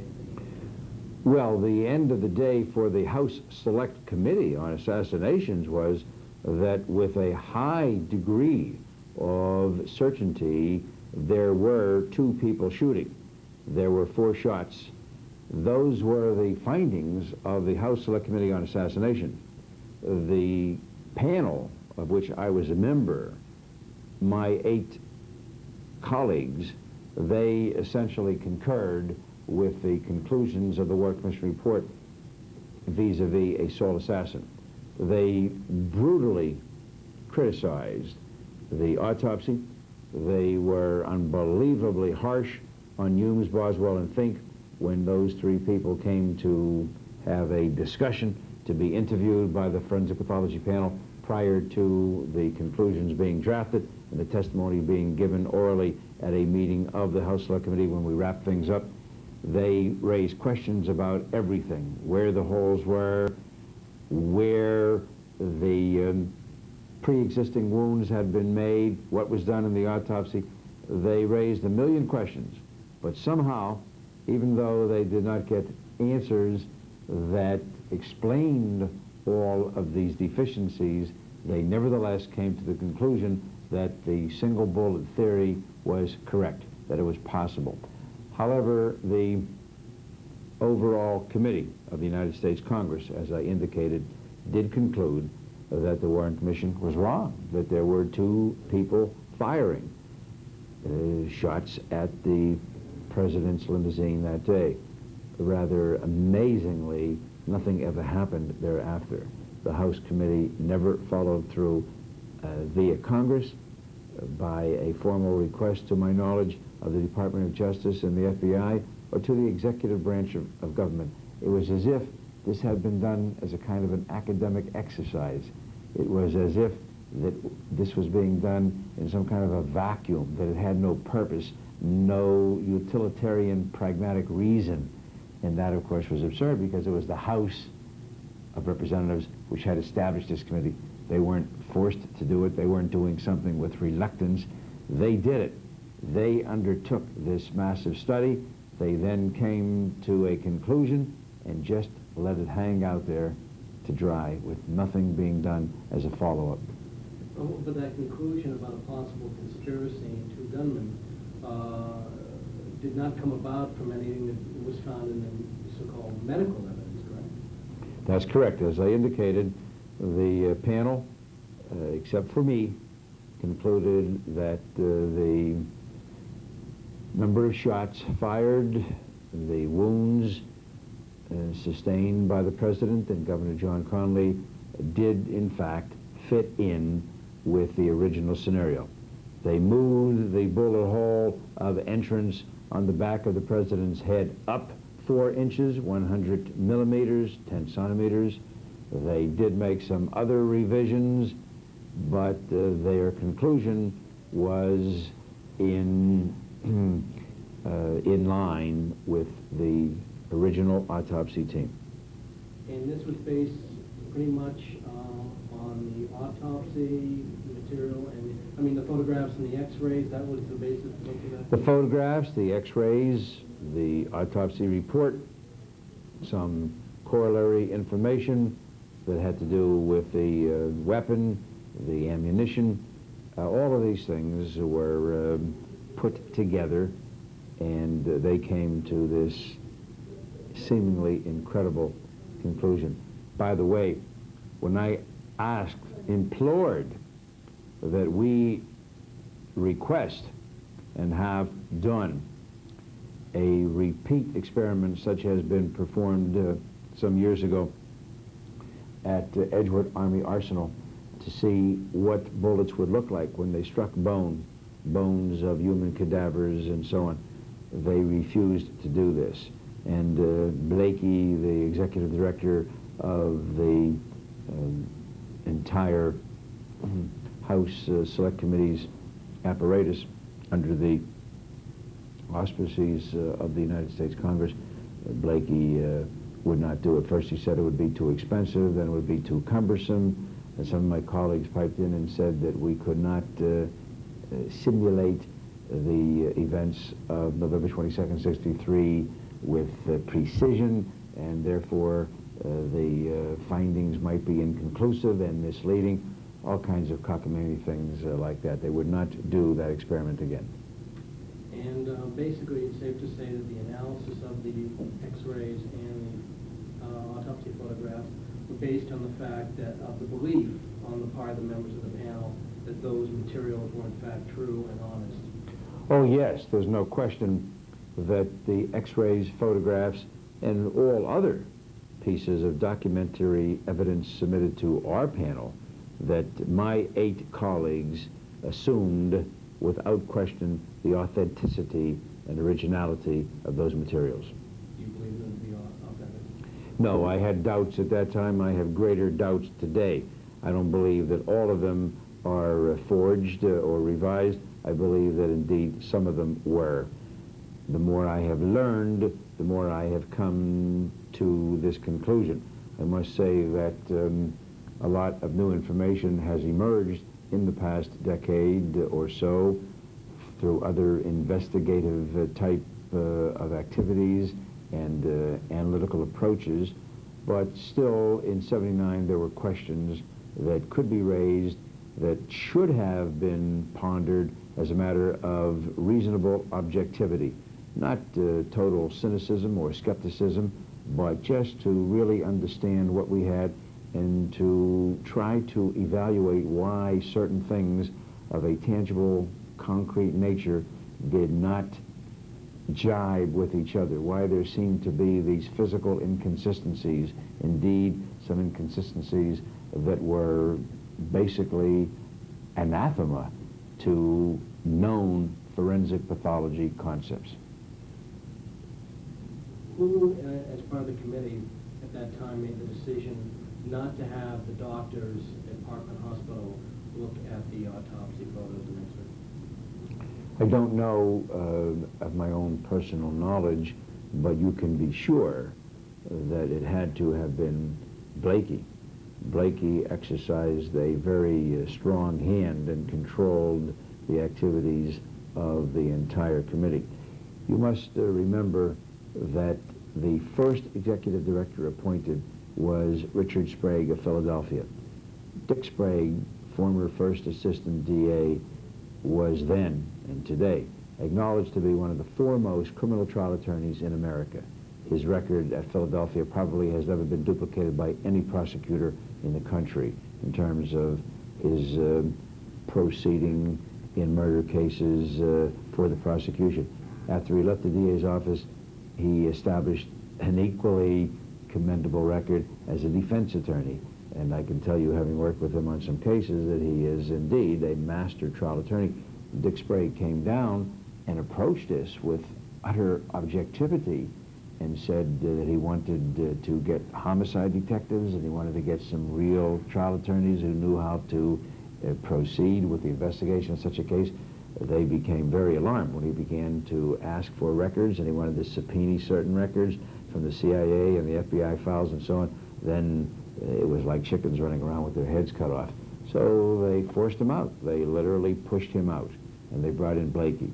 They knew they could depend on Blakey, especially if they fed him the mafia lure and bait, because Blakey sees the mafia under every bed and responsible for every single crime in America, including those that we know have been orchestrated by the government. I'm sure if you were to ask Blakey, he would tell you that the mafia really was responsible for Watergate, that the mafia really was responsible for the BCCI and savings and loan scandals, and more recently the Banco di Nacional Livorno. He would attribute everything solely to the mafia.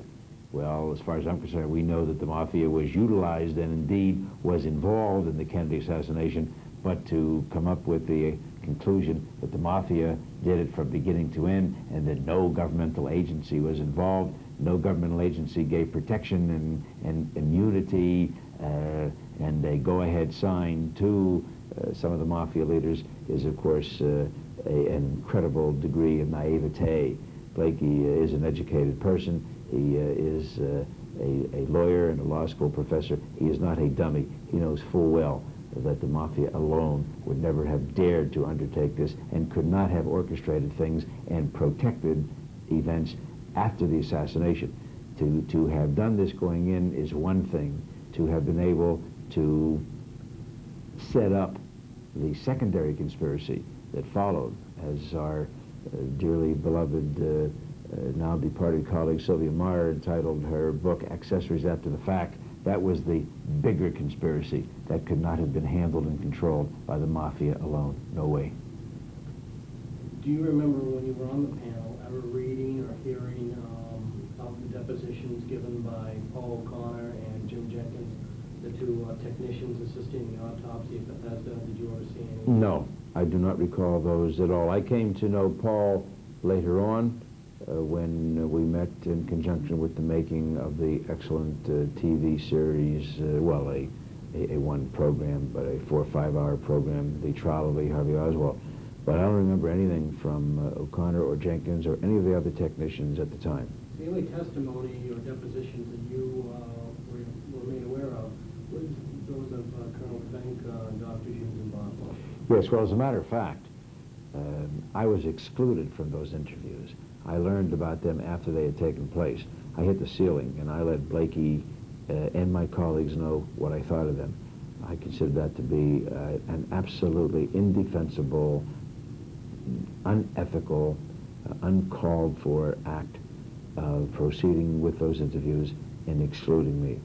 And their answer was from Blakey, well, since I had seen the autopsy materials originally in '72 at the National Archives, that it really wasn't necessary for me, that this would have been redundant, and they were concerned about my time and so on.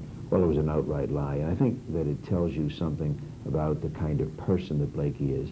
Not only is he so unethical as to have done something like this, but he doesn't even have the integrity and decency and moral strength to look you in the eye and tell you that he's going to do it. He did it and then came up with a totally false story to rationalize and explain why he had done it. He had no justification, and had I known about it going in, you can be sure that I would have been there or I would have wound up in jail, because I would have been pounding on the doors and pounding on Blakey's head. they knew not to tell me in advance. I learned about it when it was a fait accompli. Now, the autopsy pictures were never shown to anyone during the Warren Commission investigations, and during the House Select Committee investigations, they were only shown to this 9-member forensic pathologist panel. Did anybody on that panel with you question the fact as to why the Parkland doctors, who had such a vivid recollection of the nature of the head wound and the throat wound, were never shown this material? No, my colleagues did not seem to be troubled by that. I was bothered by it, and I raised questions because I knew then, as did all of the responsible, knowledgeable critics of the Warren Commission report, that there were inconsistencies, glaring inconsistencies, among the physicians at Parkland Hospital and at various times from 63 on to the time that we were convening in 78, 79. But there again, we could not bring them to have these meetings and interviews and discussions and to try to burrow in on the basis for these inconsistent statements. One gets a sense from that whole investigation of the House Select Committee that they seem to put very little value on eyewitness, recollections of what happened back in 63, as opposed to evaluating the so-called best evidence or scientific evidence, which is the X-rays and the autopsy photographs. Is that basically true, that they felt someone's memory really didn't hold up to what we could see in these pictures? I would say that it is essentially correct that eyewitness testimony was ignored or not even solicited. I would say that the approach taken by this House Select Committee, the staff that it had structured and the various panels put in place was not much different than the kind of approach taken originally by the Warren Commission, that if there were people who had something to say that did fit in, they would be referred to, and their integrity and credibility and their ability to recollect would be accepted. If there were people who were eyewitness individuals at Dealey Plaza and to other events who had stories to recount that did not fit in, they were discredited or ignored. And where this was supposed to be a more far-reaching investigation, I mean, that's why they did it a second time, correct? Yes. Did you find it unusual now moving away from Parkland into Bethesda, why they only seem to consider it important to interview the 3 autopsy doctors and not the other members of the staff, for instance, the man who took the X-rays, the man who took the autopsy pictures? Why did you question that at all? I remember raising some questions, yes, about the technicians, because I had heard that there were some different stories being told by a few of them, although my recollection is that much of what we have learned in the past 10, 12 years from the various technicians and photographers present at Bethesda that night had not been made public by those people prior to 78. Many of them were still living under the fear of an order issued to them by Admiral Galloway and by other high-ranking officials at the time that they were in the Navy, never to speak about this. But the panel, as I have indicated, led on and essentially controlled administratively, investigatively by Blakey and his people, did not push for these technicians to be present. I believe that the reason is that Blakey and his staff came to know about the problems that were posed when one listened to the recollections of O'Connor and Jenkins and Riebe and the others, and Custer, the X-ray technician, and they simply preferred not to have that kind of information muddy the waters, especially the waters in which the forensic pathology panel was sailing. And therefore, the easiest approach was simply not to call them and not to get into all the kinds of things that Custer and Jenkins and O'Connor and others would have been able to tell us at the time, as they are now telling us today, and they have been for the past several years. So it's safe to say when an investigation by the government looking into this whole matter a second time does not depose or ask to testify the man who took the x-rays and the man who took the autopsy pictures, which are considered to be the best evidence that the government has, even today, as we enter the 30th anniversary, isn't it safe to say that it was a fairly inadequate investigation the second time around? Yes, I think it would be correct and accurate and fair to state that it was less than a thorough, all-encompassing investigation. And that's sad, because it was, as you have indicated, set up to be an all-inclusive investigative panel. It had the authority of the United States Congress.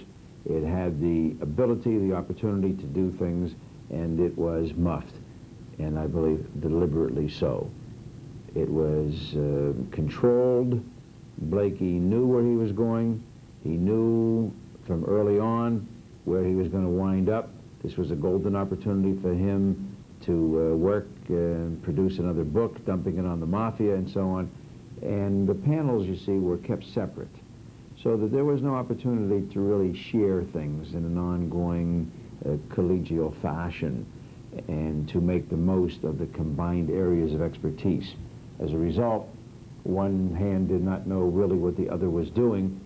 They were kept essentially sequestered physically and intellectually, and then the results could be put together in any kind of a mosaic that Blakey chose. Do you find it unusual, now almost 14 years later, with all this additional information that has found its way to the surface in the way of eyewitness testimony and other types of things, that you're still the lone dissenter, you're the odd man out of this group of 9 forensic pathologists? Well, no, I don't find it strange at all. Of the 7 remaining members, 1 has died since that time. I don't believe that any of them is going to be rushing to change his mind publicly. What they really believe in their hearts and minds privately, I can't be sure of. But I know that there are misgivings from 1 or 2 of them whom I have spoken to, at least some hesitations and some doubts, but I'm not the least bit puzzled by the fact that they've got to stick with the original official opinion that they expressed. They gave the Warren Commission report their imprimatur. Their professional careers and reputations are at stake in their minds. Not that anything would happen to them, they wouldn't go to jail or so on, but it's a very important matter of professional pride and concern. So I'm not the least bit surprised. And I might add, I'm not the least bit concerned that I am a so-called odd man out, a lone dissenter.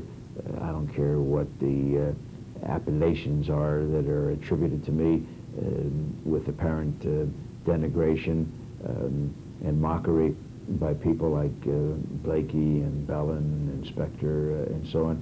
I say with great pride that I am delighted to be in this position, because I truly believe that within our lifetimes, and I think in the not too distant future, whether that's 2 years or 3 or 5 years, we are going to have this case unraveled. We are going to be able to show definitely that there was a conspiracy.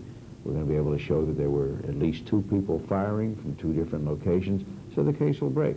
So that's fine with me. My ego is strong enough to withstand the kinds of critical comments that have been made by some of those smug individuals.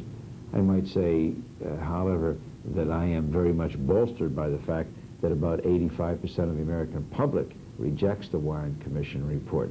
So it isn't exactly as if I'm a lone wolf howling in the middle of the night while my fellow forensic pathology panel members disagreed with me, and while I may be the only forensic pathologist to have taken a strong, continuous public stand in opposition to the Warren Commission and strongly emphasizing the importance of discovering the truth in this case, nevertheless, I am on the side of 8 to 9/10 of the entire American populace on this matter. And abroad, I can tell you from samplings and surveys and personal experiences that among people who care and read and know anything about history and relationships with America and domestic politics in America, that probably over 90% of people, whether it be England or Singapore, China or Paris, Tel Aviv or Oslo, 90%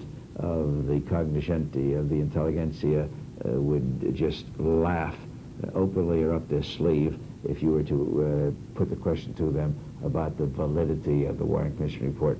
It's a farce, and despite all the efforts of the American government repeatedly and in many ways through all of these years, now almost 3 decades, they have not been able to crack into that overwhelming majority of Americans who reject the Warren Commission report. Just think of how abysmally they have failed, despite the effort, despite the expenditure of millions, tens of millions of dollars, despite all of the foul play and tricks and games that they have engaged in against critics, all the things that they have done, all of their manipulations and Machiavellian cunning and so on, and all of their plants within the news media, and all of the sycophants like Dan Rather. He's the epitome of that genre. Despite all of that, they have failed.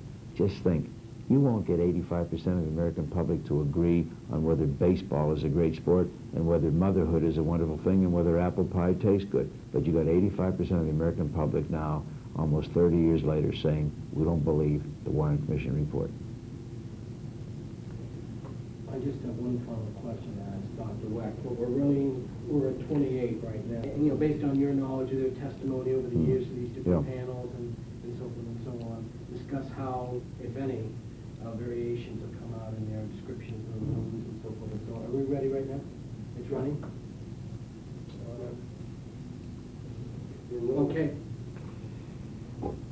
Okay. Commanders Humes and Boswell were chosen to do this autopsy at Bethesda Naval Center, despite the fact that they did not do autopsies and, more importantly, had no training whatsoever in forensic pathology.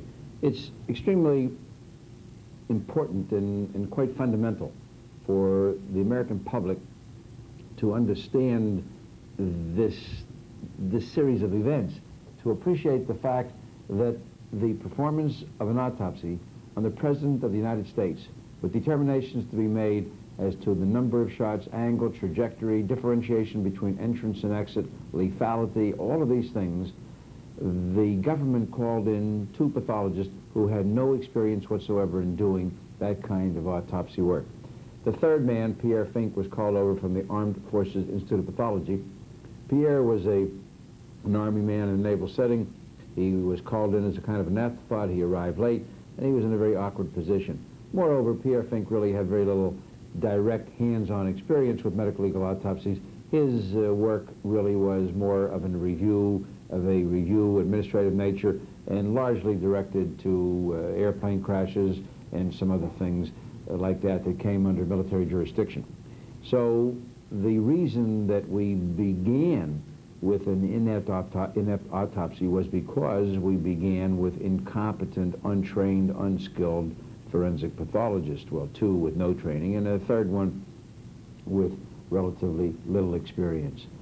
The findings that night were, as we know, all botched up. They missed a bullet hole in the front of the neck completely.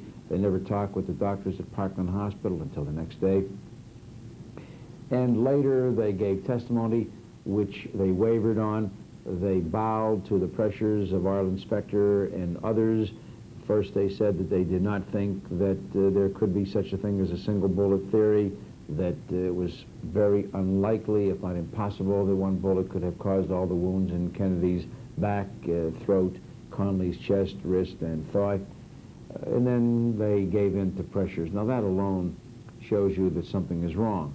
A forensic pathologist should deal with his work in an objective fashion, and when he arrives at conclusions, he should be prepared to stand firmly behind them. He doesn't buckle to pressure from the district attorney or a county commissioner or a governor and have his mind changed because of political factors. That's exactly what happened here. They never told the American public about the missing brain. They learned about it back in '66. It wasn't until almost 6 years later when I discovered that at the National Archives, and that was made public through Fred Graham of the New York Times. That tells you something about their lack of integrity, about their lack of professional honesty, the fact that they did not disclose this information. Then they went into hiding, so to speak, on the JFK assassination and chose to remain silent, as we are told, even though the Ramsey Clark panel back in '69 gave us a new location for the bullet wound on the back of the head, even though the House Select Committee's Forensic Pathology panel gave another location for the bullet hole on the back of the head. What did Humes and Boswell and Fink do? They went along under stern criticism and after intense pressure by my colleagues on the Forensic Pathology panel with the new location of the bullet hole on the back of the head. Humes and Boswell and Fink had placed the hole at the occipital protuberance. That's the bony prominence at the base of your skull, 1 inch to the right of the midline. In '78, under these pressures from the Forensic Pathology panel, they said, well, we guess we're wrong. The hole then is up here at the top of the head, the so-called cowlick area, 4 inches higher. And that's the way it remained from '78 until 1992. And now in 1992, with the publication of interviews of Humes and Boswell on May 27th, and then Fink in early October of this year, Dr. Lundberg, the editor-in-chief of the Journal of the American Medical Association, now tells us that Humes and Boswell and Fink stand by their original eyeball versions, and they now have restored the bullet hole of entrance to the bottom of the skull. Remember, they have also identified beveling. That's the inward cratering phenomenon that occurs when a bullet enters the calvarium, the bony top of the skull. It's not just saying there's a hole there. They give you the characteristics and the internal features of that hole. So where do we stand today? Where we stand is an absolutely beautiful position. If we were getting ready for trial, we would now be able to sit back and do nothing, because we'd have a good chance of getting the case dismissed even before trial commenced. Because the government's official version was that there was one shooter, Lee Harvey Oswald, that he fired 3 shots, that 1 shot hit the president in the back of the head, and another shot missed, and another shot went through Kennedy's back, through his neck, and then through Connolly's chest, right wrist, and into his left thigh. Now we have the pathologist who did the autopsy telling us that there's a bullet hole at the base of the skull. We've already gotten the Ramsey Clark panel and the Forensic Pathology panel telling us that there's a bullet hole with beveling at the top of the skull, 4 inches higher. Well, you can set aside all the critics, me and everybody else, and just run with the ball that has been presented to us by the government. We've got 2 different holes of entrance on the back of the head. You can't have that under the Warren Commission scenario. If you were the criminal defense lawyer representing Lee Harvey Oswald in court right now, you would sit back with a smile on your face and tell the judge, if he had permitted this case to go that far, you say to the judge, Your Honor, I have no witnesses to introduce. I am just basing my case on the prosecution's witnesses, who have given us 2 different bullet holes in the back of the head. There are 2 other interesting features that one should note with regard to Humes, Boswell, Fink, and the question of who is honest and who has integrity. Fink told his superior, General Joseph Blumberg, at the AFIP, back then, shortly after the autopsy, that this was not a complete autopsy. He was adamant, he was very upset that they were going to characterize it as a complete autopsy on the death certificate and on other official documents, because Fink at that time had some professional integrity, and he knew that it was not a complete autopsy. He knew that there were things that had not been done. They had not identified and discussed the adrenal glands. They had not examined the neck organs. They had not examined the brain. They went back 2 weeks later, on December 6, 63, did a cursory supplemental examination of that formalin-fixed brain, but never serially sectioned it. So they did not know what the hemorrhagic tracts were through the brain that could have shown us which way bullets and bullet fragments moved. So Fink said that then. And now, in '92, he states in his interview with Lundberg that it was a complete autopsy. There was nothing that was undone. Pierre Fink, in 1969, under oath, before the judge in the Clayshaw trial in New Orleans, stated that he and his colleagues were ordered by an admiral or a general not to dissect out the wounds of the back or the neck. And he testified as to the confusion and the number of authoritative figures and so on and so forth. In 1992, Pierre Fink now tells us, via Lundberg and JAMA, that there was no such control, that they, the pathologists, were in control. We know that to be a lie. We know from the autopsy technicians, the x-ray technician, the photographers who were present that day, we know there were admirals and generals, some of whom were not even officially logged in. We know from Fink, under oath in '69, subject to charges of perjury and criminal conviction, we were told then by Fink that they were so ordered. And now in '92, as he sits safely ensconced in faraway Switzerland, he tells Lundberg that there was no control by higher-ranking officials. Which do you think is more likely to be the truth? What's your personal assessment of the entire JAMA series of articles?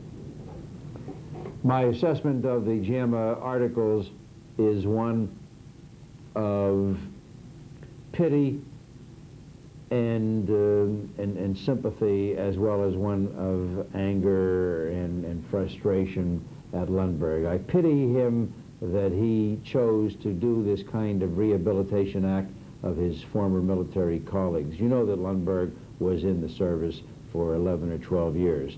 He was a military pathologist. Moreover, he had a close relationship with Humes through the American Society of Clinical Pathologists, an organization of which both subsequently became president within a short period of years. So there's no question in my mind that Lundberg decided he was going to do something for his old military buddies. He was going to rehabilitate them. He was going to reach back in time with a big, broad brush and whitewash them. And he was going to get this monkey off their backs before they left this dear earth. And that's what he set out to do. And we know from my encounter with Lundberg on Larry King Live CNN show shortly thereafter, following that publication of the May edition, we know that Lundberg was unfamiliar with the details of the single bullet theory. He stated openly that night that he had not addressed the single bullet theory. He had already arrived at the conclusion in his JAMA presentation that the Warren Commission was correct, that the autopsy report was fine and final, that no mistakes had been made, and now we have him telling us, admitting, as he had to do when I pressed him on it, that he did not even understand or know the single bullet theory and had not addressed it, had not determined whether it was physically possible. Now, doesn't that tell you something about Lundberg? And then we have Lundberg, who fashions himself as having some interest in forensic pathology. Indeed, many times he fashions himself as more. He is not. He never took formal training. He is not board eligible or board certified in forensic pathologist. And yet we have this man who is the editor-in-chief of the principal publication of the American Medical Association that is concerned with medical education, with the advancement of medical specialization, with the significance and importance of doing everything that you can to improve medical practice in all fields, including medical legal investigation, i.e. forensic pathology. We have George Lundberg stating that this really was an autopsy that could well have been done by people untrained in forensic pathology, that it was okay to have done this. I think this is so intellectually dishonest. I think this is so morally despicable, so absolutely reprehensible. That man should be absolutely condemned and chastised. He should be removed from his position. You must also keep in mind contrary to what many, many people think, perhaps even many physicians. JAMA does not speak for the AMA. That should be made very clear. The American Medical Association, through its House of Delegates, through its executive officers, has never addressed the Wired Christian Report, has never given its imprimatur. Lundberg did this as editor-in-chief of JAMA without anybody's blessing. It's an authority, evidently, that he has.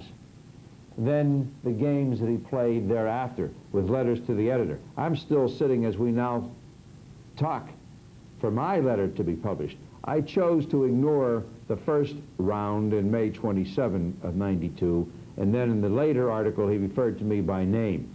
And there's no question about his ethical, moral responsibility to publish my letter. And I intend to pursue this further, but it tells you something about the fact that he held back on many letters that were sent to him following the May 27th edition. He waited about 3-4 months, and he is now holding back on others. I have yet to see one letter published in response to the Fink interview that appeared in October. So it's 2 months later. What right does he have, morally, ethically, what God-given right does he have to be so biased as to conduct himself in that important position in such a fashion? And I think that Lundberg has a lot to explain as to why he got into this at all in 1992, and having gotten into it, why he approached it in such an incredibly biased, prejudicial fashion. One last question before I, do you want to take another? No, it's okay, go ahead. On a personal note, as we enter the 30th anniversary of the assassination, what would you tell the American public about this entire affair? What do you think they really need to know? Is it over, or is it just barely begun? I think the American public should be now really tuning in with greater intensity, fervor, and interest than ever before. The commission that will determine how materials are to be released will be put in place by President Clinton sometime next year, I hope early, and then we'll be getting into materials and information that heretofore have not been seen by anybody. I'm sure that this commission is going to be reticent about releasing everything. There undoubtedly will be a lot of court cases and people going in to seek judicial intervention. But I think that we are going to get more information, and that we're going to get a lot more pieces to the puzzle. There are some fine scientific analytical studies that are going on by radiologists, by photographic and computer experts and so on. There's a lot of things happening, different people, and it's exciting. It really is, because I'm learning things myself with each passing month as people contact me and so on. And I'm very delighted at the number of new people, as well as, of course, some of the old-timers who continue with their investigative studies, because you see, what we're able to do now is to buttress and corroborate one finding after another via different techniques. If somebody comes up with something through his particular technique, and someone comes up with an identical or very similar answer and analytical expose using another technique, that is beautiful, that's marvelous.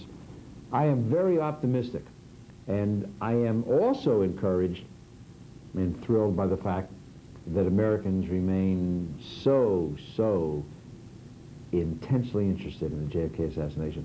Whether I talk to a high school group, whether I talk to a Catholic Church women's group, a group of physicians, a seminar and symposium, a college group, whatever, it doesn't make a difference. Black, white, young, old, male, female, Catholic, Protestant, Jewish, Muslim, atheistic, really, whether it's the East, the Midwest, the South, the West, the interest is high. This is incredible.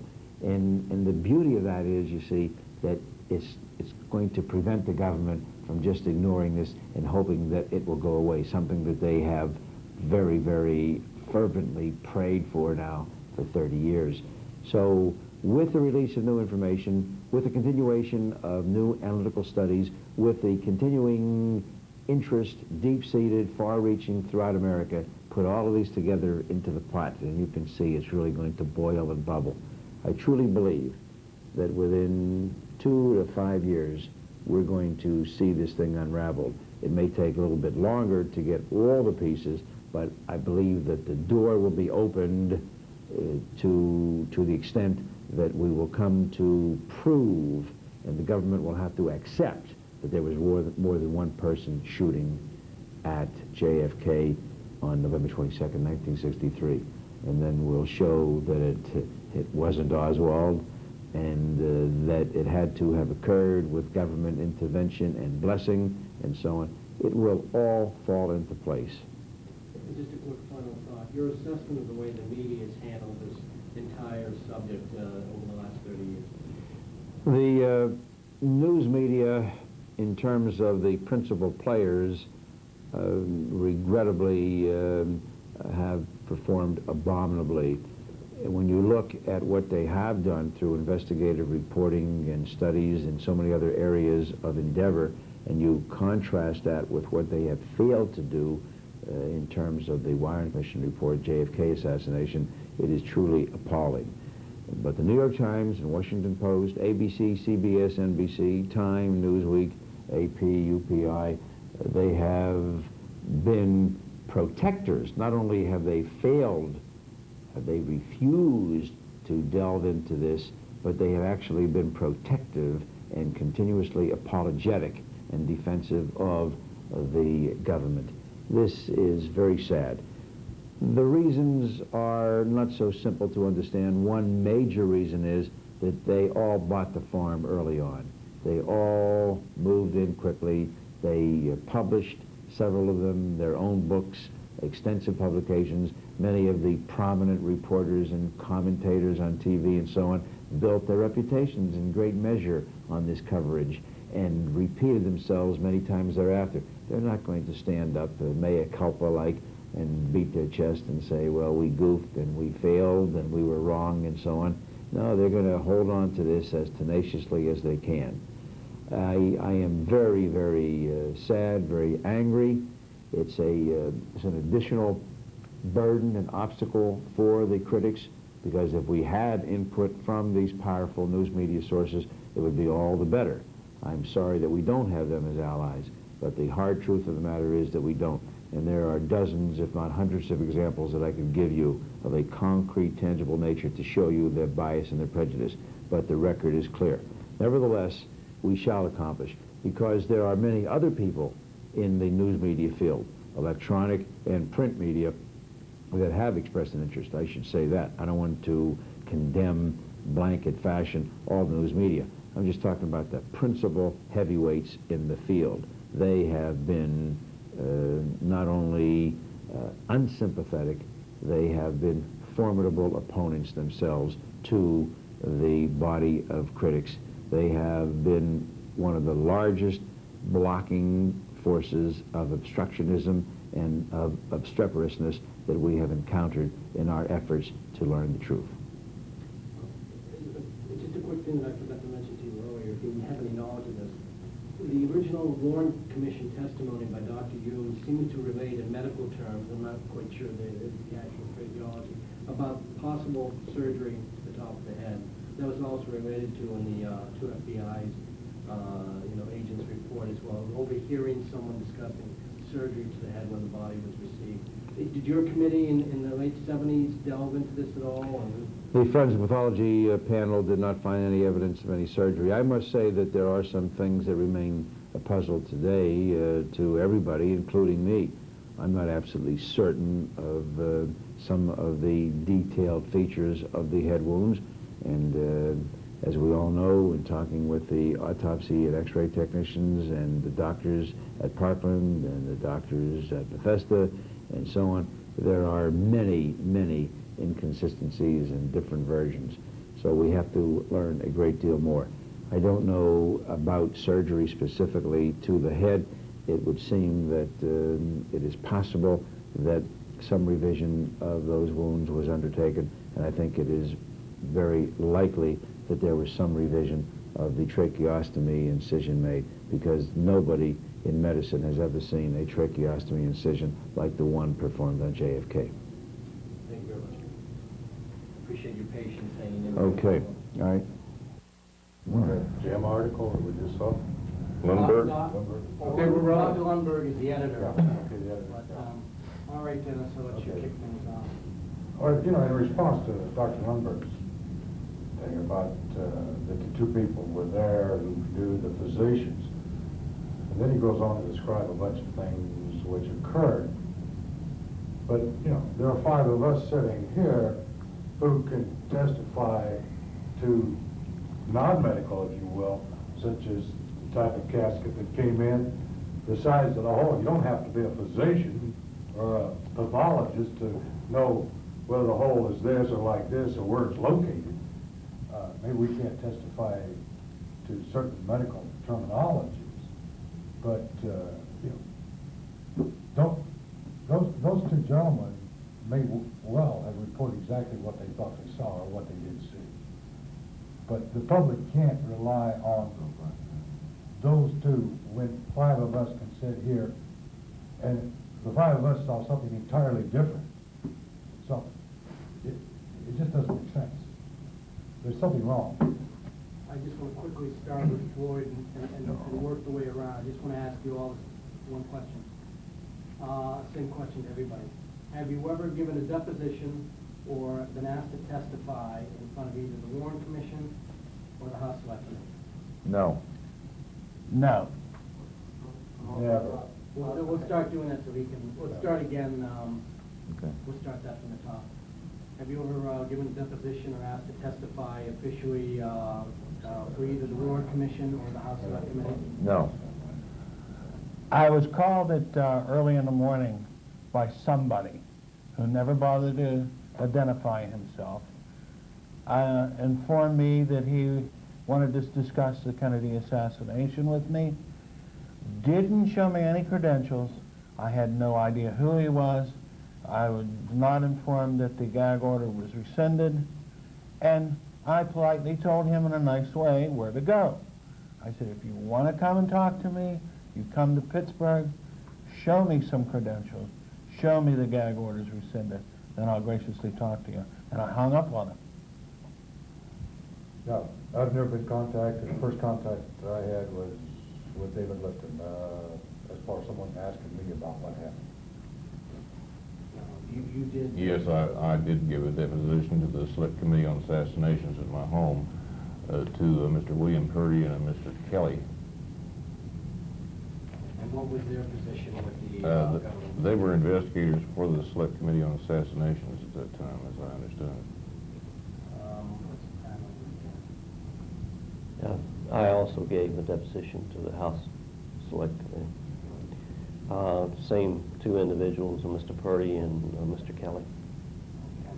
So 2 out of the 5 over the last 30 years have been asked to officially talk about this. Right. Okay. Why don't we start with Jim, and we'll just kind of wing it. You know, anything you want to discuss about? We're going to now get into the area of the autopsy pictures. Well, I think what I'd like to do is basically review. If you can establish the picture in front of the camera, we can always shoot Okay. it tight after the fact. But Okay, the photograph that I'm holding in my hand is one that appears to be with the head down with a flap slightly above the ear.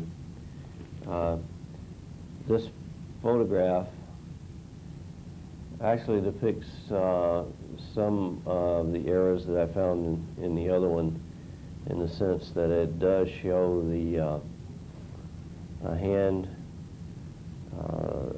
apparently separating a laceration or a defect in slightly above the ear and in the parietal temporal area, maybe even some of the frontal. But the important thing about this photograph that I noticed is that in this area there is an aluminum block type apparatus that we use to hold the head, as opposed to the arm that appears in some of the others that is attached to the table. And in this area here, and I was at Bethesda for almost 2 years along with Paul, and every fourth night we did autopsies, or assisted in the autopsies that were done. And I never saw this type of mechanism, and I'm not even sure that the tables were capable of doing that. To me, that's a discrepancy. The other thing that we see here is that we see a platform above the body that looks attached to the table. Now, the platform we had would rest above the body, but it was not attached, and there was a scale, swinging scale on one end of it. Paul and I have discussed these photographs before, and if there's any other comment, Paul.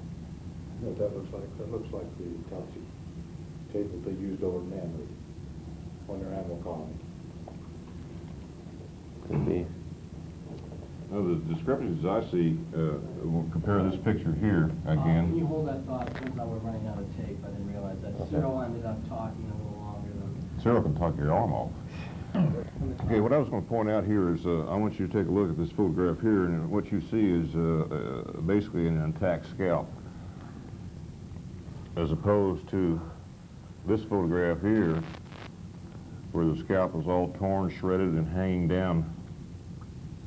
That's one of the discrepancies that bothers me. Also, another thing bothers me is all the blackened out areas around the body. Totally blackened out. When we had a brightly lit morgue and Floyd used flash, and we shouldn't have had that. There should be something at least sometime. In this stare of death photograph here, something that Jim Jenkins and I had discovered, as there was a wooden sort of structure. You can't hardly see it, but it's real dark here, but there's a wooden structure in this morgue, and we didn't have one in the morgue like that. We had nothing in the morgue that was wooden, period.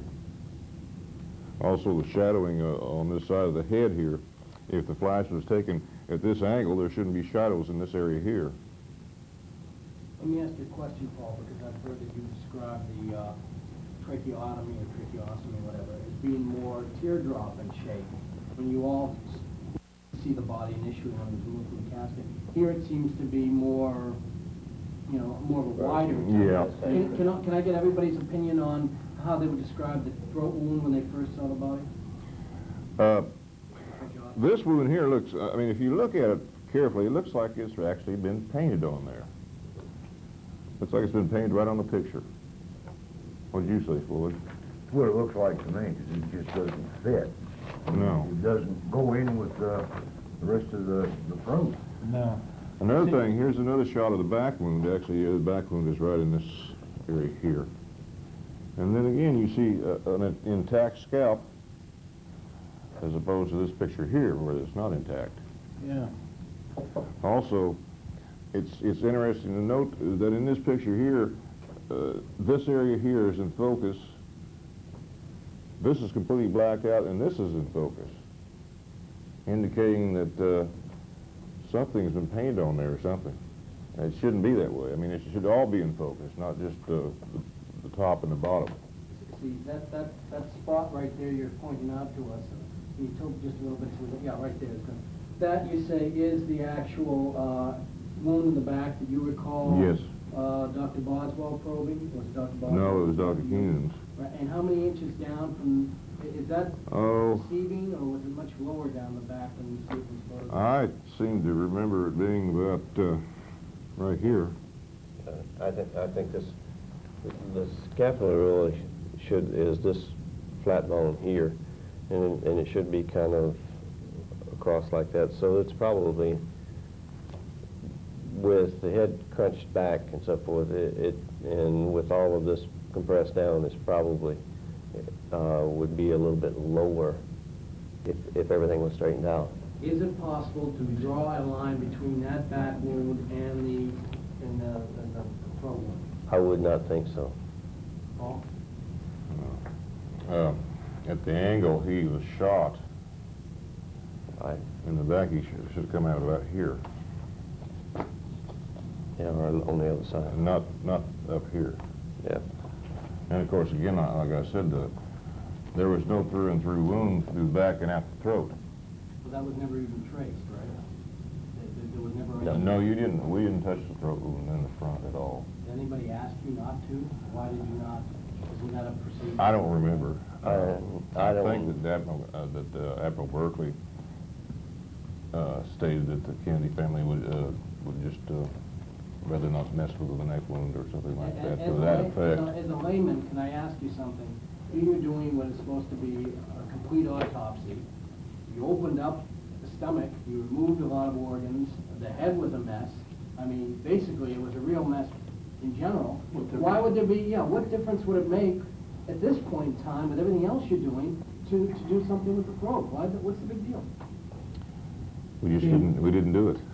The thing was, though, in my x-rays, it showed up fragments in the throat, and they weren't interested. To me, that's what I got. I heard the exact same thing. The Kennedys would rather you not destroy the body. That was the excuse for not putting in or Right. tracking the back. Yeah. Absolutely. Now, that came after you showed x-rays of Right. fragments in the throat. Right. And did you find it curious? Absolutely, but There's a at better that picture point, of it that wasn't wound. my job to ask questions. It was my job to Do you do. recall when you did show the x-rays and you brought the x-rays down, and in your own opinion, you could see bullet fragments? Absolutely, I pointed them out. I mean, that's one of the main reasons for doing an autopsy is to Correct. locate these things. Did you find it, what was the response from other people you showed the x-rays to? Did they see what you saw? Absolutely, Dr. Ebersol saw it.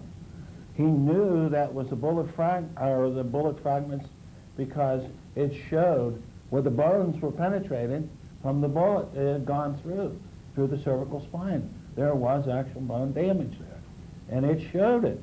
Well, this brings up an interesting question because we hear that it was never a consideration that this gash in the throat was anything more than a tracheotomy or tracheostomy until the doctors at Parkland were consulted the next day. Yet, if there were bullet fragments in the throat, then that should have answered some Absolutely. immediate questions.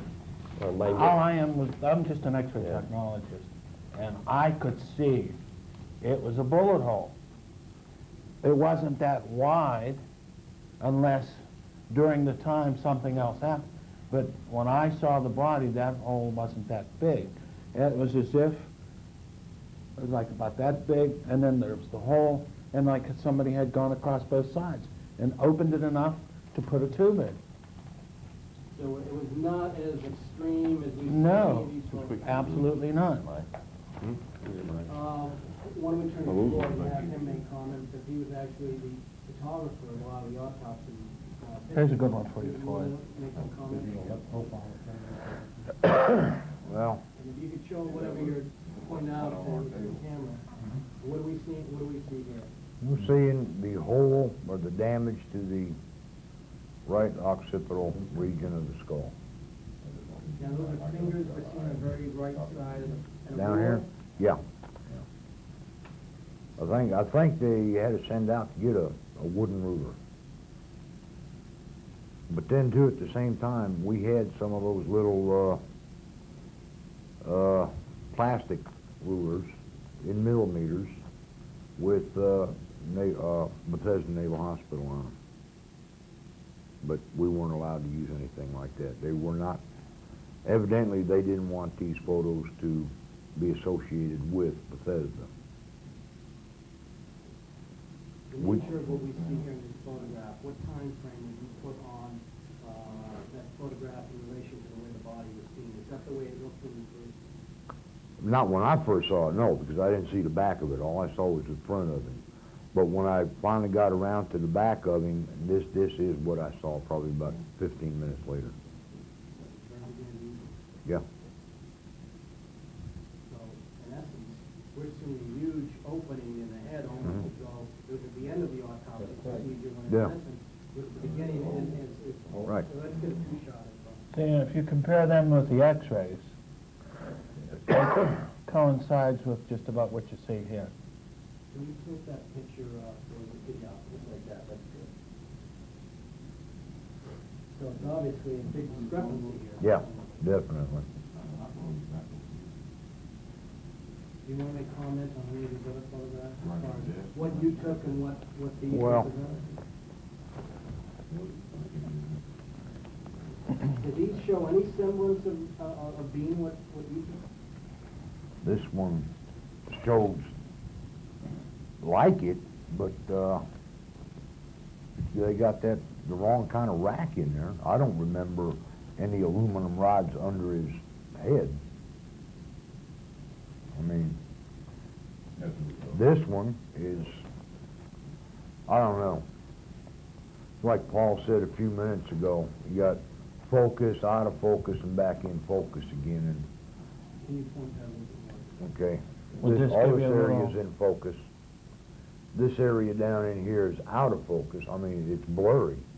But then you get down here, and it's back in focus again. I'm curious, in that photograph, it seems to show some kind of beveling in the lower part of the head, as we hear other people talking about. Mhm. And yet some of those other photographs don't show that beveling. Is that another contradiction? I think that's the procedure. I mean, this is a fracture line here. I think if you look Real close, you can see actually the margin of the neck here. Yeah. And then what they have done is that they are actually, the fingers have taken the wound and has spread it out. And because you've got the auditory canal right in this area here, so the scalp and the skull has been actually deflected out, and the auditory canal is right here, and these fingers are holding it out like that. And then as you come up here, now this is an area where originally the question about the surgery came up. Basically in this. Now this was a fracture line that ran to the sagittal part of this, and what they have done is they have actually also reflected this part which forward, and I think that right over this area there are more fracture lines. Now one of the things about this photograph is that you see the fracture coming down and then extending across here. That may or may not be a slight extension of a fracture, but you don't see any other fractures in this area. The occipital protuberance, if I'm correct in the orientation, should be right in this area here that's been blacked out. The other thing is that if you'll look very closely in this, there is an outline of something here that looks like a jagged, irregular hole that has been blacked in. Now, is this after any kind of brain matter has been removed? Yeah, all of this is after the brain had been removed. This is something that was later on. They reflected back, trying to give, I'm sure, Floyd an area to shot inside the skull. Here's something for you. See this defect right here? Can you point that out once again? Right there. Yeah, that's Okay, it shows up here. There's one film. Shows up on the same print there. See if it shows up again. Just happened to pick it up.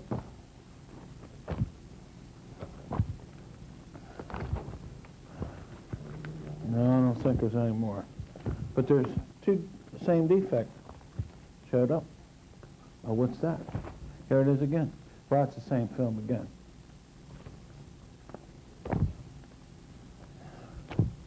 Now, that defect, as you say, wasn't that originally coinciding with what Dr. Newman had said in the autopsy, that a bullet had entered the lower part of the back of the head? Mhm. And that's basically Where it is. in that photograph? Right. Now, to your recollection of any of you, do you recall the head wound being that way? Was there any way of discerning any kind of entrance wound? See, the thing was, though, the head was laying down on the table. The only time we picked the head up is to put films under. That's my recollection. Now, I don't know, if Jim may have saw it, I didn't. Well, the reason I didn't see it. I'm not saying that it wasn't there, but we handled the body quite a bit Right. during X-rays and photography, And, you know, during the examination and so forth, you know, we set the body up to probe the chest cavity. You know, I just don't remember a whole of that description in that area. I mean, there was some fragmentation there, but as I said before, it only went down. To me, it appeared to go to the occipital suture and stop. Now, that's the suture that runs around the back of the head. If you've got an area there, I can't say that it wasn't there because I wasn't looking for it and didn't find it. See, here it is again here. But I don't. See where I'm pointing? Yeah. Same place. But see, now. Now, do we have a photograph where it does not? But if that was a wound, then it would have been. Let me show. Let me see the picture, please, if I may. All right. What we've got here is that we have the head actually reflected backwards, and we are compressing this area, as you can see with the wrinkling of the neck, we're compressing this area down. So it's hard to say what this small area is. If we go with the description of the hole should actually be spatially orientated kind of underneath, and this being what we call the cowlick area, down to about here. The occipital protuberance should be here, but it should be orientated like this, and the hole or the wound should actually be in this area here, or above the occipital protuberance, and it above the nuchal line.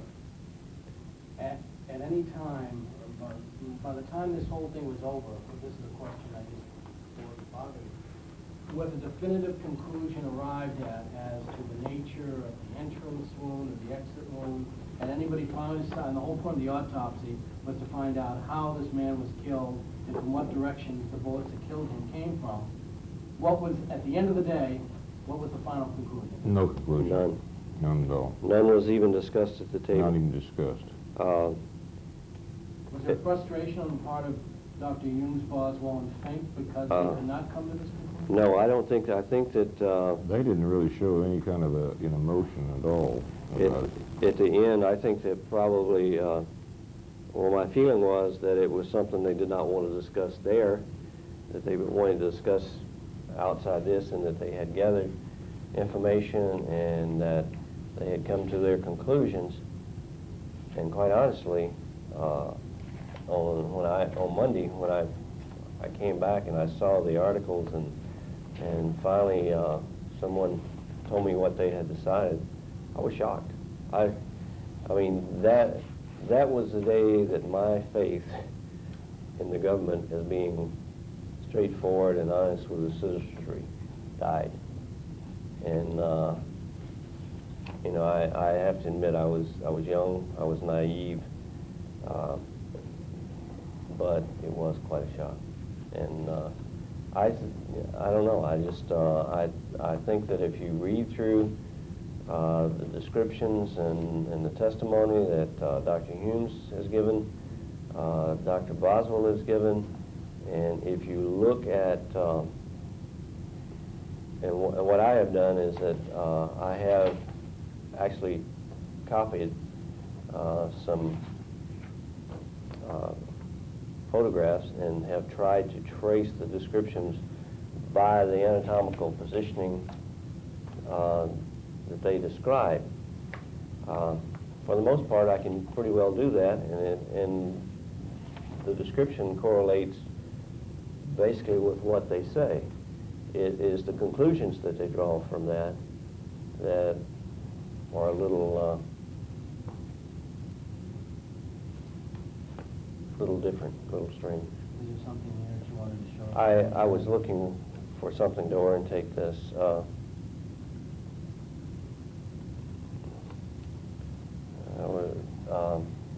Let's continue and maybe I can find it. Let me start with you and we'll work all the way around. I don't know if this really applies to Dennis.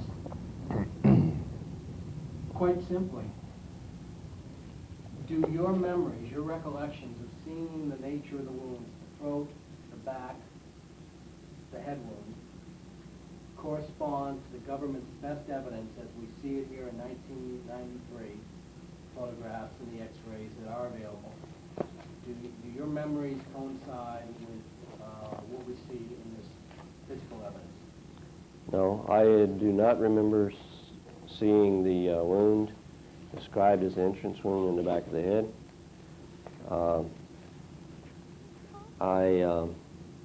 Most of the other descriptions of the large gaping wound clearly taking into consideration different perceptions, you know, as people see it, correlate fairly well.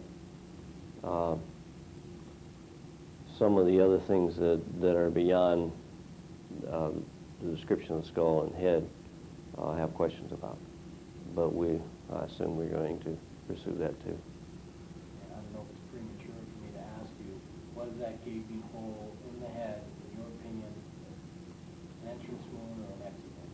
My opinion, it was an exit wound. In my opinion, actually, it could. Well, I don't want to go into the semantics and double talk. I think that it was a portion of both an entrance wound and an exit wound. And what you're suggesting is the possibility of at least two bullets striking Kennedy in the head from different places. I think that is not. I'm not suggesting that. I'm saying that from what I've seen and with the experience, you know, I'm not a pathologist either. I have been trained in both neuropathology and pathology and anatomy to a certain extent.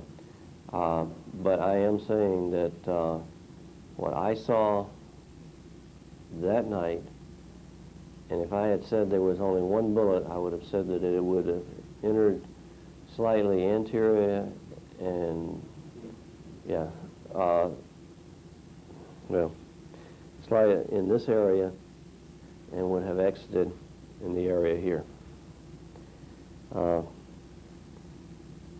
If there's an entrance wound lower down on the head, and if it is the entrance wound described by Dr. Humes at the area of the occipital protuberance, and his exit wound, which he describes in the area of the Pterion, which is in this area, then the large gaping hole took in basically three areas: an entrance wound, an exit wound, and another exit wound. Paul, do you want to comment on the autopsy pictures and what you... Well, what really disturbs me about what the JAMA article infers that this back wound here was the wound that passed through his back and out his throat.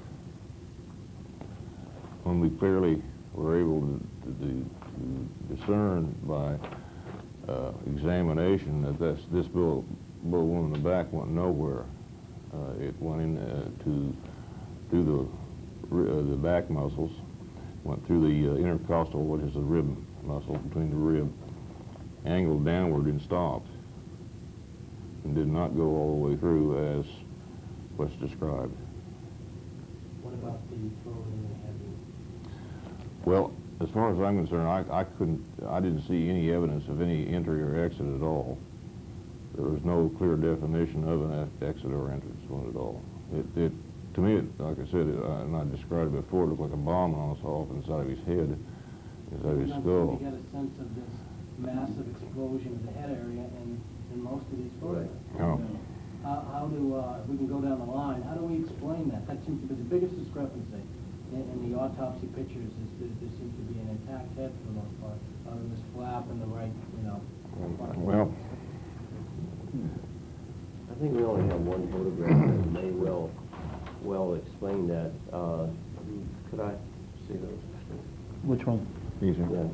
That actually would come close to depicting the large gaping wound, and that's the one that. Let's see which one. the one that's difficult to orientate, which would be this one. Right. You know, this is the only one that I would say that would be realistically applicable. Now, for someone who absolutely cannot orientate themselves, is that actually at the right back part of his head? Yes. Right. With this being the top of the head, this being the neck area, and this being the right posterior side of the skull, here being deflected out and back, this would be, probably would be the ear canal here. Yeah. I don't really know if that, I don't know if that is a laceration or a hole in, or a defect, I'm not sure. But this large area was primarily what we all saw. No, so that doesn't correspond to any of the other pictures? No, as a matter of fact, the ones that even show damage like this, and again, I've questioned some things, is that this does have a large flap of skin hanging down, but if you look carefully, you see brain tissue in here that's not macerated. There are a couple that are a little bit better photographs. Let's see. Anyway, this, first of all, it crosses the midline or the sagittal line, which is the center of the skull. Crosses into this area. That may or may not be deflected scalp, deflected from this side back to here. But this area right here appears to be brain tissue. And, well, this area right here. This is, looks to be a scalp that's reflected back. But in this area also, which is across the sagittal line, you pick up some of the brain there, and it has defined, the gyre and sulcus of the brain itself are fairly well defined. It's not as if they have been traumatized or damaged.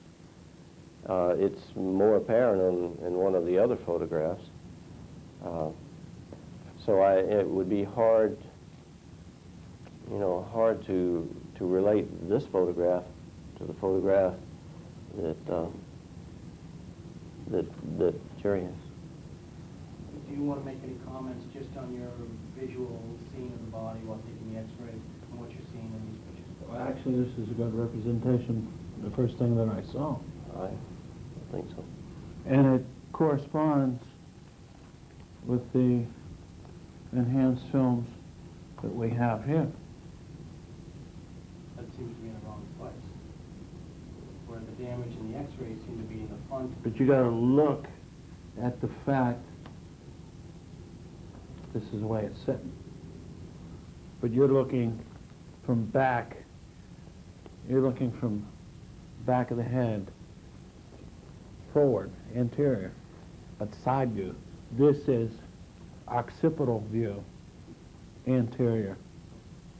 So you have to actually reverse this around, twist it around, and you would get this. What about that shot from the front that looks like it's taken out the way?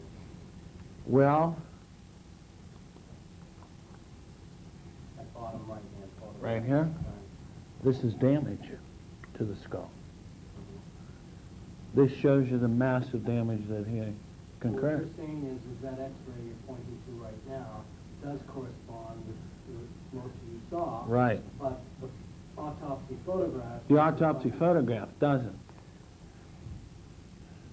But you have to really look. The eye should be gone here, but it's not.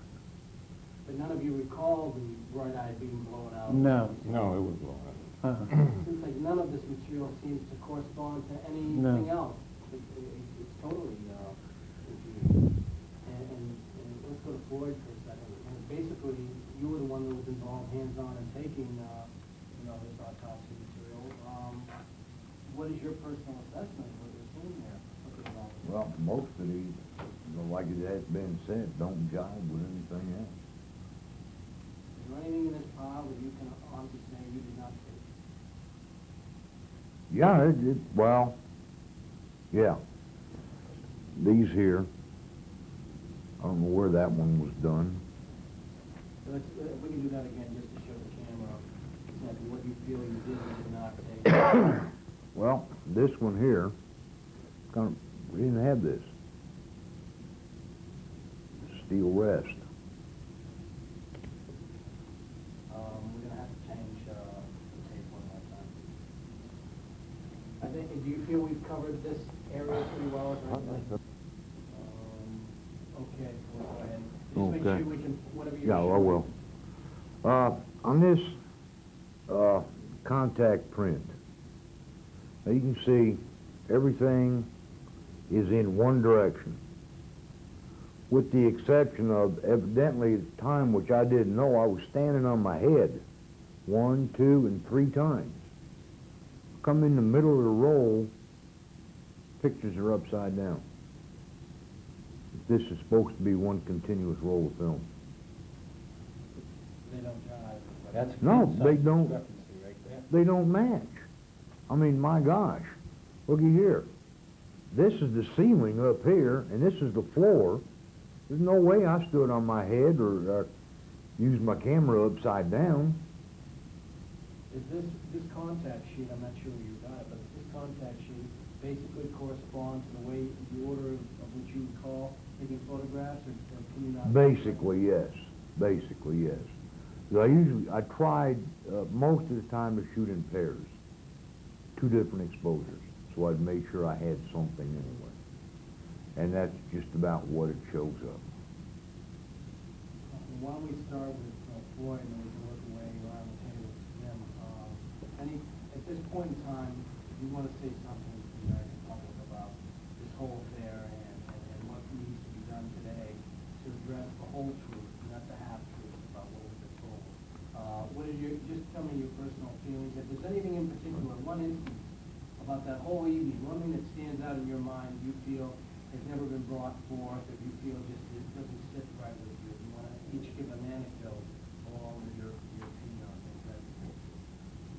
But the only thing the American people can do now is start putting pressure on Washington to form an independent committee, somebody free from any pressures or any powers of the federal government.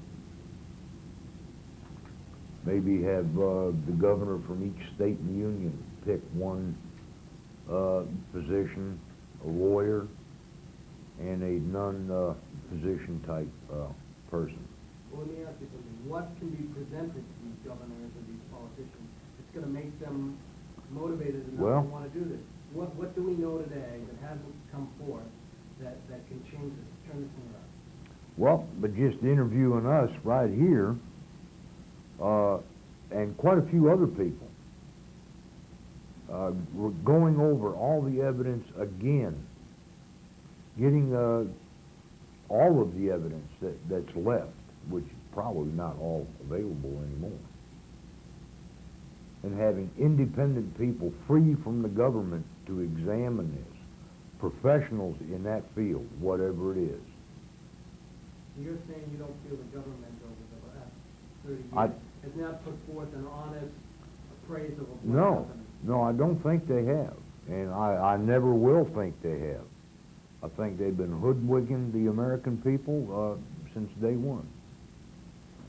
Things have been suppressed, destroyed, and altered. I think the American people have been...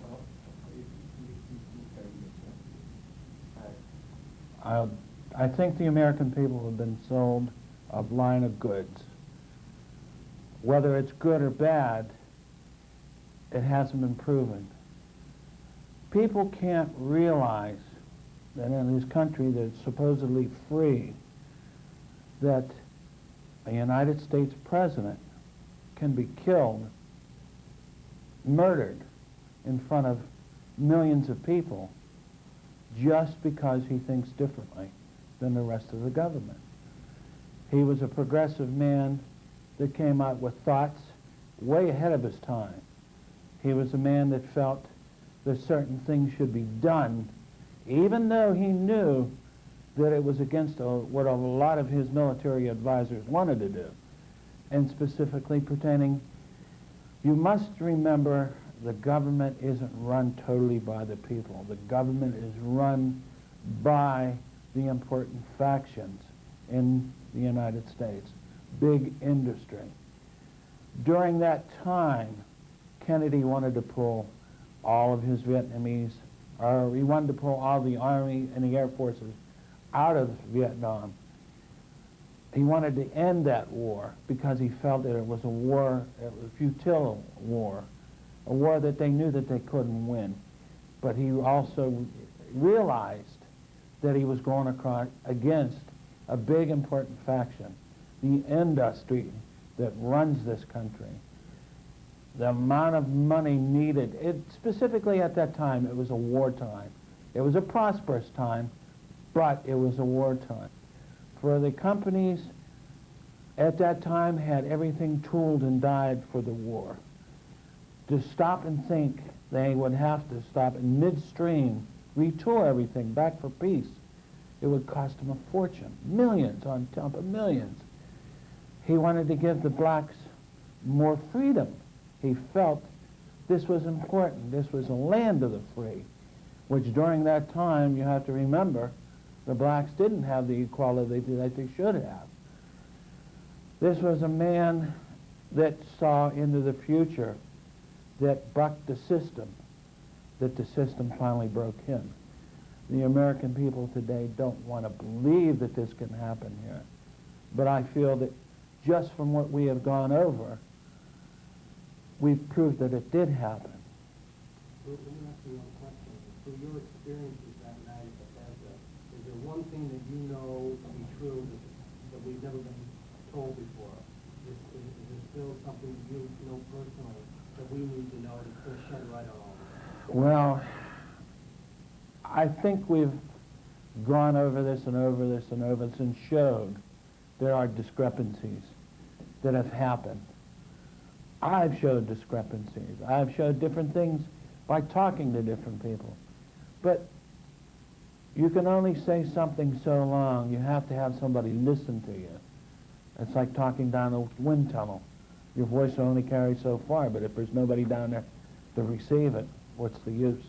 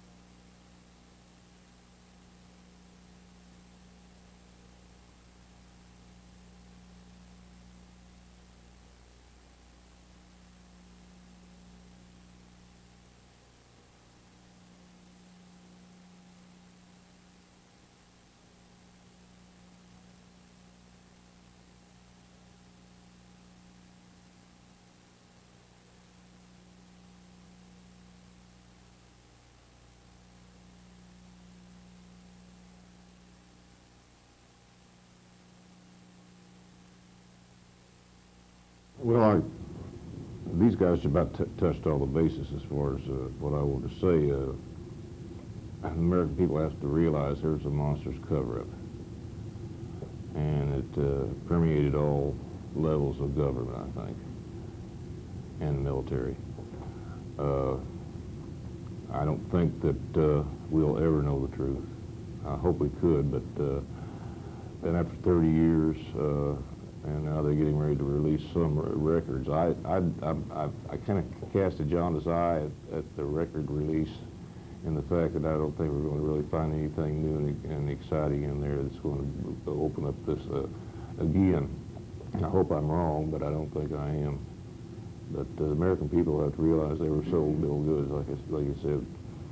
And you just take, for instance, what goes on in our government, like the house banking scandal, for instance, where thousands and thousands of dollars of bad checks were written, where if you and I would do that, we'd go to jail. And these people, the senators and the congressmen, are not even hardly touched by it. I'm sorry to interrupt you, is there something that happened that evening in a personal recollection that you think puts things in perspective, that shows us that we still don't know the whole truth 30 years later? Something that you feel has to be brought out? Well, there's certain things that we were allowed to do, and there are certain things we weren't allowed to do. And one of the most troubling was the fact we weren't allowed to even touch the neck wound. It was just like it wasn't even there, and we weren't able to probe it. And I think evidence was lost forever right there.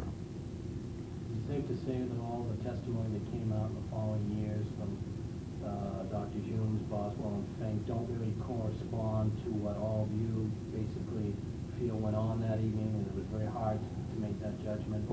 Well, I don't want to come out and call somebody a liar. They perceived something that I didn't perceive, especially with the neck wound and the back wound.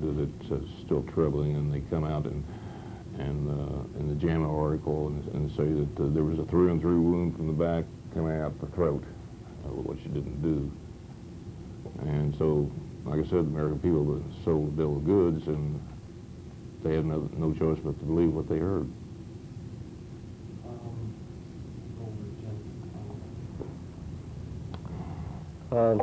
I don't know. It's difficult to cover something like this in a few statements.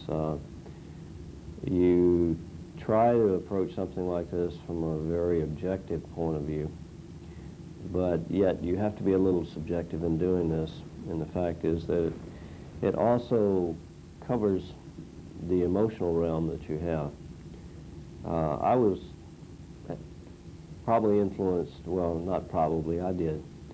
I left the autopsy room feeling that the evidence that was found, the things that I saw, and the things that I was directly involved in doing would prove, and I honestly believe that night, or actually the next morning, that the conclusion was that President Kennedy was shot from the right front, basically at a 45-degree angle from center, and that the exit wound was in the anterior or posterior part of the parietal occipital area. I was actually shocked when I read in the paper these conclusions that he was shot from the rear, and then it became more and more ludicrous as the single bullet or the magic bullet theory came out. And at that point in time, it was almost so blatantly presented that I felt like the general American public should have taken offense to the way that it was presented to them. It was basically, I'll tell you what I want you to believe, and you'll believe it. No matter what evidence is presented to the contrary, you'll still believe what I tell you to. And I think that all along, this investigation on the part of anyone associated with the government has been a thing of, we'll pull an expert here to prove that you're wrong, and not really pulling experts that make independent decisions, but those that have ties to the government that may or may not be beneficial to themselves if they say the wrong things. I'm not sure that anyone has gone in to this testimony, or anyone has investigated this testimony without a bias to begin with. I have done interviews with two authors. I feel like that the things that I presented to them, the questions that I answered for them, for the most part have been put into their books. But I think, again, too, in this situation, these things that I saw were utilized in a manner to support a preconceived decision or premise on their part. I came here tonight because it's the first time that I really have had an opportunity to say what I saw, discuss in a basic discussion with the other people that were in the room that night. And hopefully this will be shown to the American public. And I hope that it will be presented to the American public in a sense that this is what we want to leave as our legacy as far as the knowledge that we have concerning this matter. Not as a situation of, well, we're going to make lots of money out of this or that type of situation.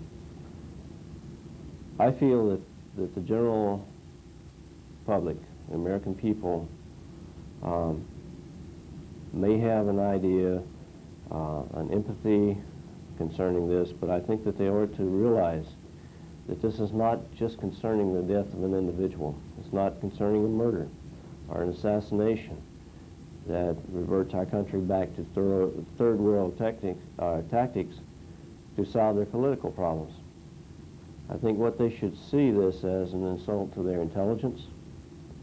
I think that they should see this as a total disregard of their representatives in their government to their wishes, to their well-being,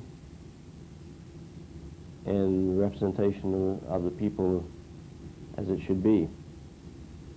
I don't put all of the blame into the politicians. I put the blame, a lot of the blame has to be shared by us, the people, the citizenry.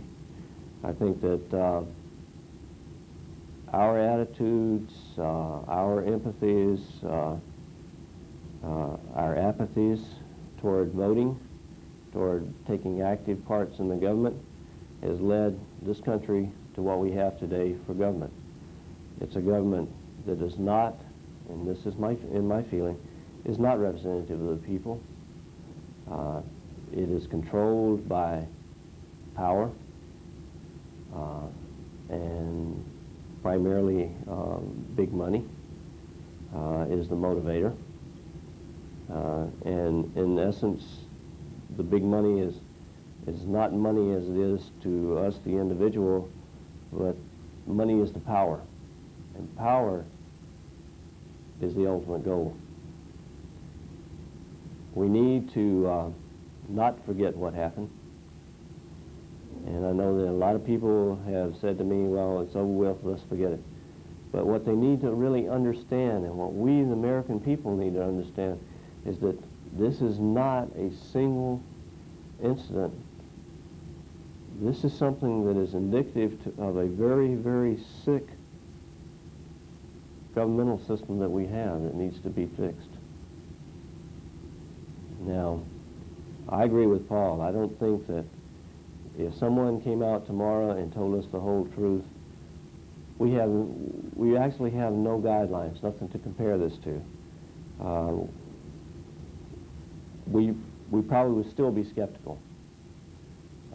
Among myself, I probably would, unless it correlated with some of the things that I saw at the autopsy. I have no direct knowledge of anything prior to that autopsy or after that autopsy. Anything else that I would say concerning how it happened, why it happened, things of that nature, I would have to deduce from the political atmosphere at that point in time, my own opinions, and I think that in something of this matter, that would be conjecture on my part. I, like everyone else, have my opinions. I feel like I have a right to those opinions, but I do not feel like that I want to express those and possibly influence anyone else. I think that what I saw, what I have stated, the things that we all here have brought to the public, and we, as a group, pretty well collaborate each other. There's some minor differences. I think that is the way that we look at things. Paul and I were the two corpsmen that were involved primarily in the autopsy itself. He and I have some questions that I think that we have resolved, and it was a matter of perspective. I think it was a matter of how I looked at things and my general perception and Paul's, but I think that what Paul saw and what I saw are the same thing, exactly the same thing. I think that what the other people here saw, you know, the photographs, the x-rays, the perception of what was going on in that room at that point in time, we all at different times and independently of each other have stated these types of things. The animosities, the tension, the pressures that were involved. And I would like to close this by saying one thing. We have had so many truths, quote, and I say that with tongue in cheek, published by so-called experts, and then now we have a medical association who is saying definitely this did exist and this did not exist for two physicians. And my question is, if Dr. Humes and Dr. Boswell really wanted to put this thing to rest, why did they not themselves personally address the American people? Why do you go to an association that has a credibility gap with the general public to begin with? JAMA is not God. Their publication, though they may think it is the Bible of medicine, it is not. And there are physicians out there that probably have the same doubts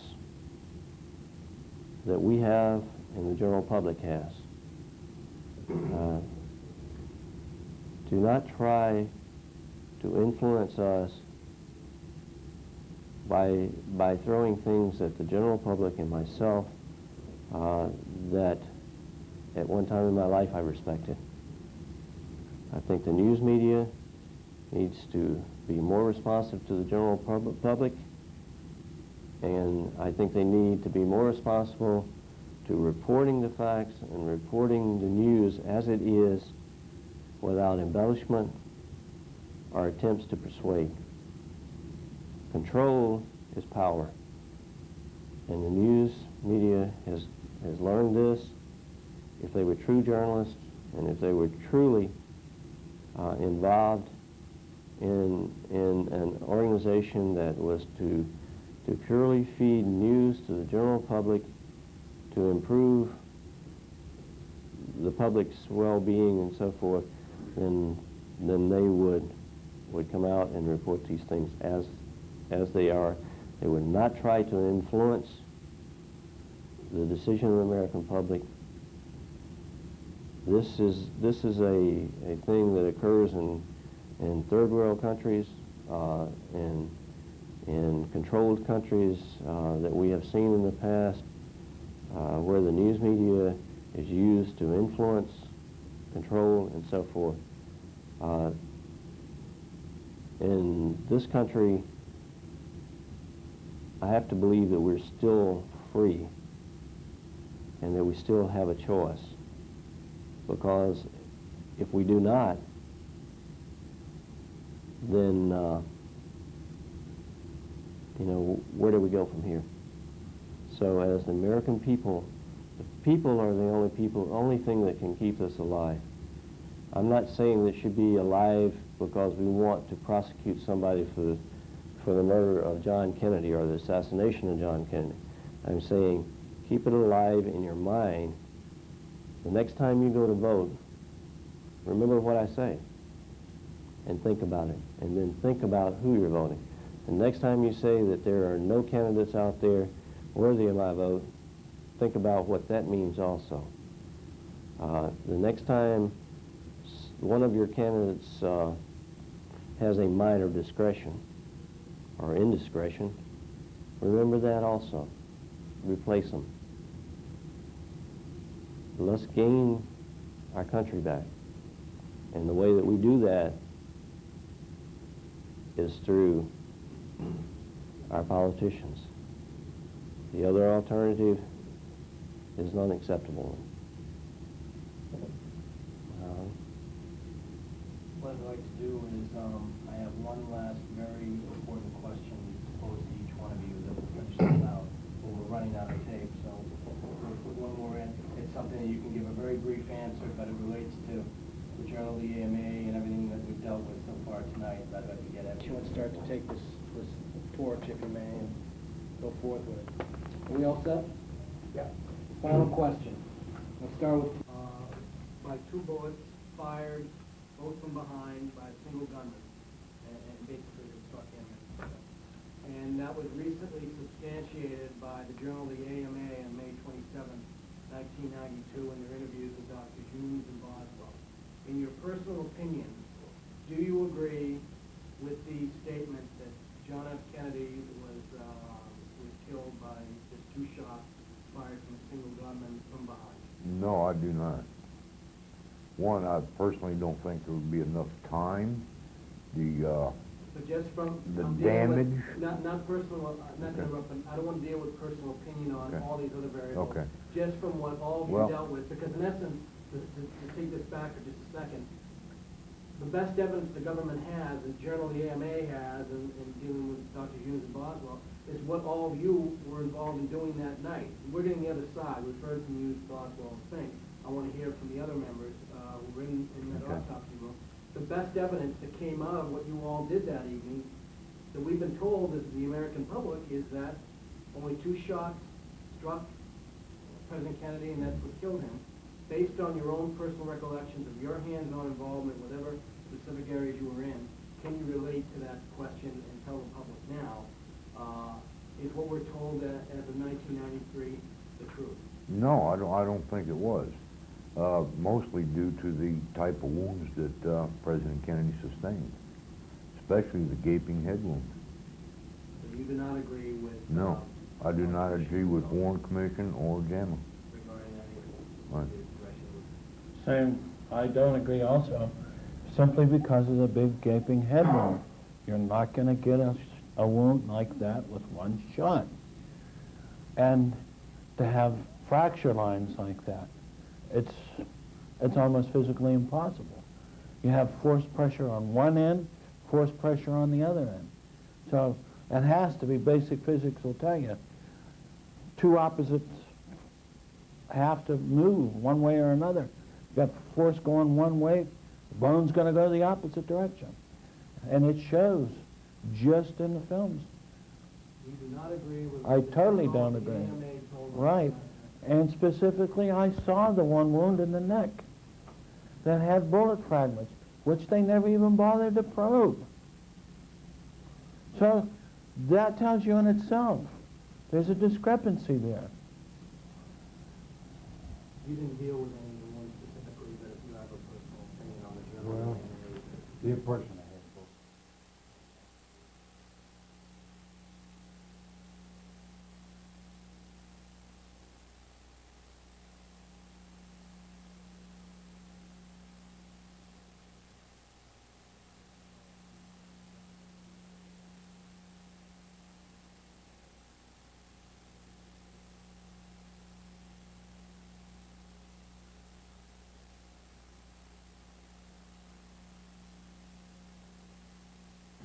No, I don't agree with the JAMA article at all. I consider it a bunch of hearsay, especially of what I saw physically in that morgue that night. I'm sure that he was hit approximately 4 times, not twice from the back. I think he was hit from the back, but I think he was hit from the side of the head too.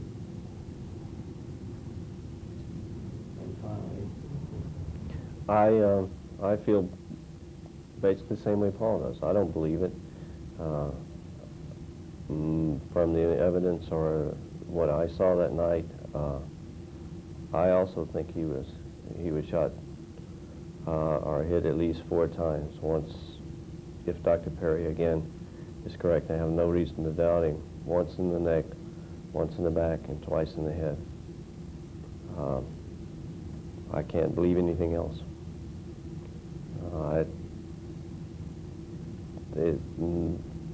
The theories that were proposed for the wounds that we dealt with just really don't correlate, are not even realistically correlated with what we saw.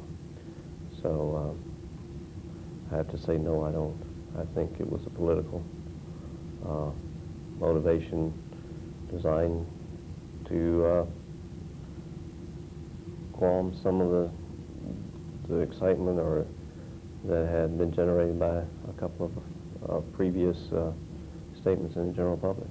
Or maybe a film or, the other things that occurred prior to this. I think it was an attempt by the government to belittle or reduce the impression of maybe the JFK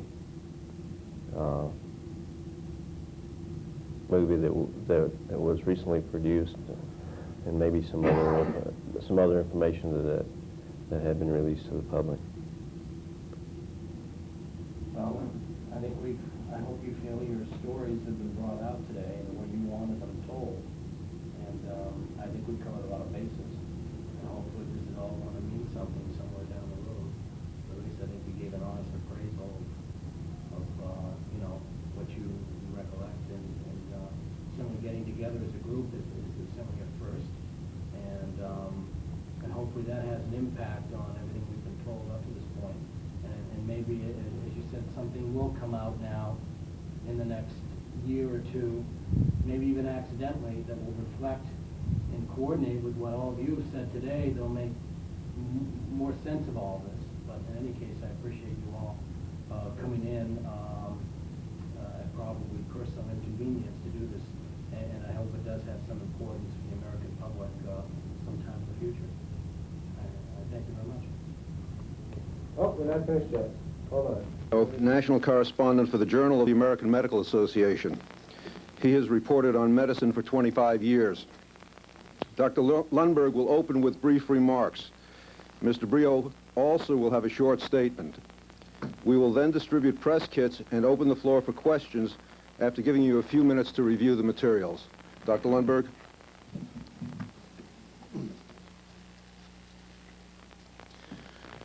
Thank you very much, Mr. Mattel.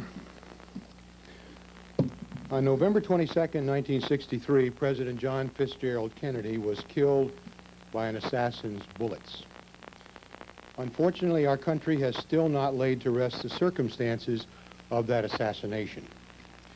Fueling the conspiracy theorists has been the original decision by our government to keep the records and materials locked in the National Archives for many decades, unavailable for public scrutiny.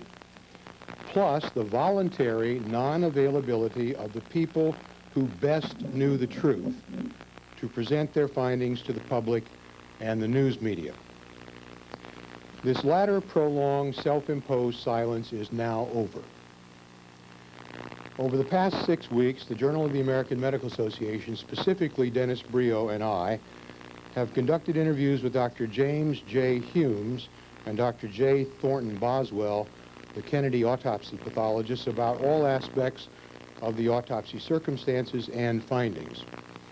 In addition, Mr. Brio has interviewed Dr. Earl Rose, the Dallas forensic pathologist, Dr. Pepper Jenkins, the anesthesiologist who ventilated the president's lungs, Dr. Charles J. Carrico, the first surgeon to treat President Kennedy, Dr. Charles Baxter, another Dallas surgeon who treated the president, and Dr. Malcolm Perry, the surgeon who performed the tracheostomy.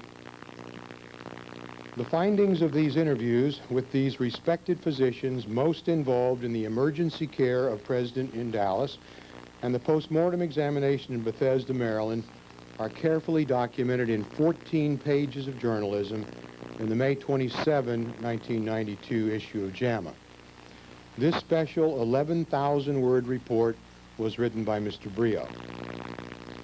The physicians agreed to speak with JAMA because it is a respected medical publication. Most had declined interviews for 28 years, nearly 29. Doctors Humes and Boswell specified that they wanted the report to be in the worldwide medical literature, in which, of course, JAMA is premier. They state that these JAMA articles are their story and that they do not plan to give further interviews. Based upon solid, unequivocal forensic evidence as reported by Mr. Brio in the May 27 JAMA, I can state without concern or question my agreement with Doctors Humes and Boswell that President Kennedy was struck and killed by 2 and only 2 bullets fired from one high-velocity rifle. The first bullet entered the back of the neck and exited the front of the throat. The abrasion collar of the skin at the back of the neck is diagnostic of a wound of entrance.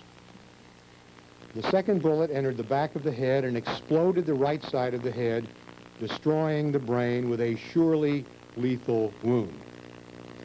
The inward beveling of the bone at the back of the skull and the outward beveling at the front is diagnostic of the direction of the bullet's path. Thus, both bullets struck from behind.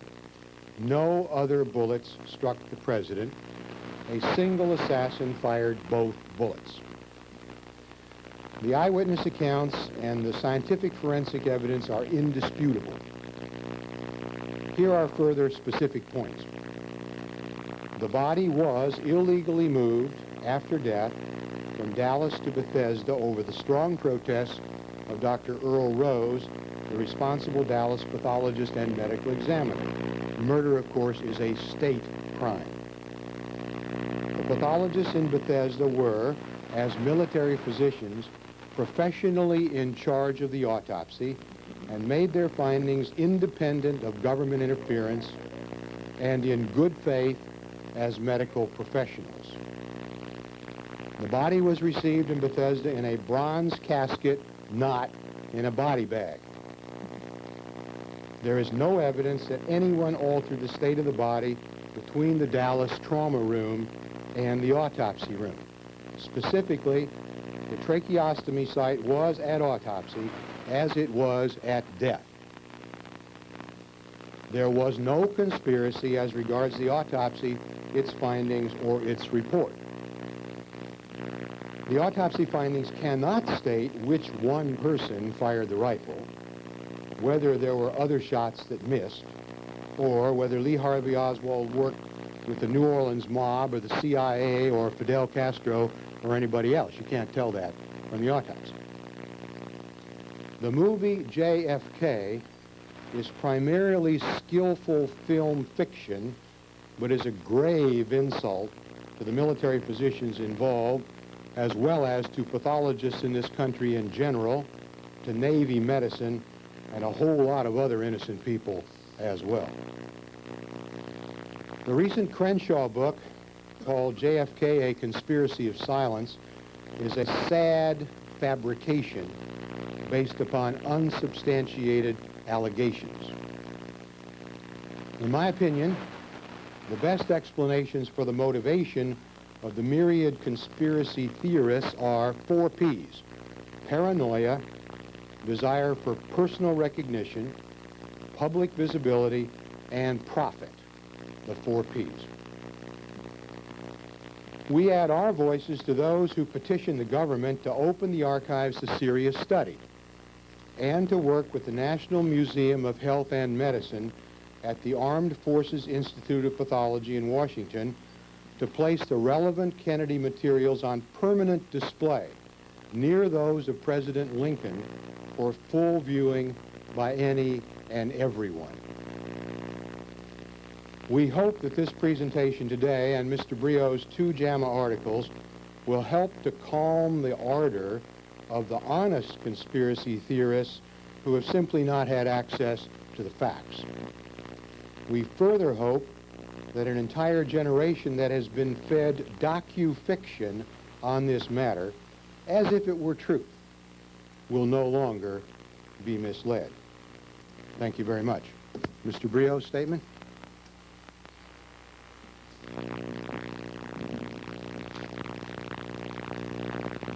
Dr. Lundberg has covered well the essential findings of fact.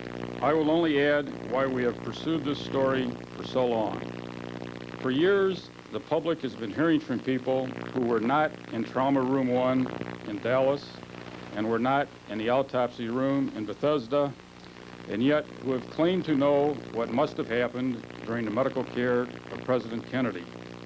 What we now have are the reports of the physicians who were on the scene, the physicians who carried the primary hands-on responsibility to first try to save the president's life and then, only hours later, to determine the cause of death. We now have the facts about these 2 critical events in the words of the only people who know those facts, those very facts that the conspiracy theorists have chosen to ignore. It has been said that the defamers of the truth can only be confronted and defeated by the truth. This special report is JAMA's attempt to confront the defamers of the truth. Thank you. We'll distribute the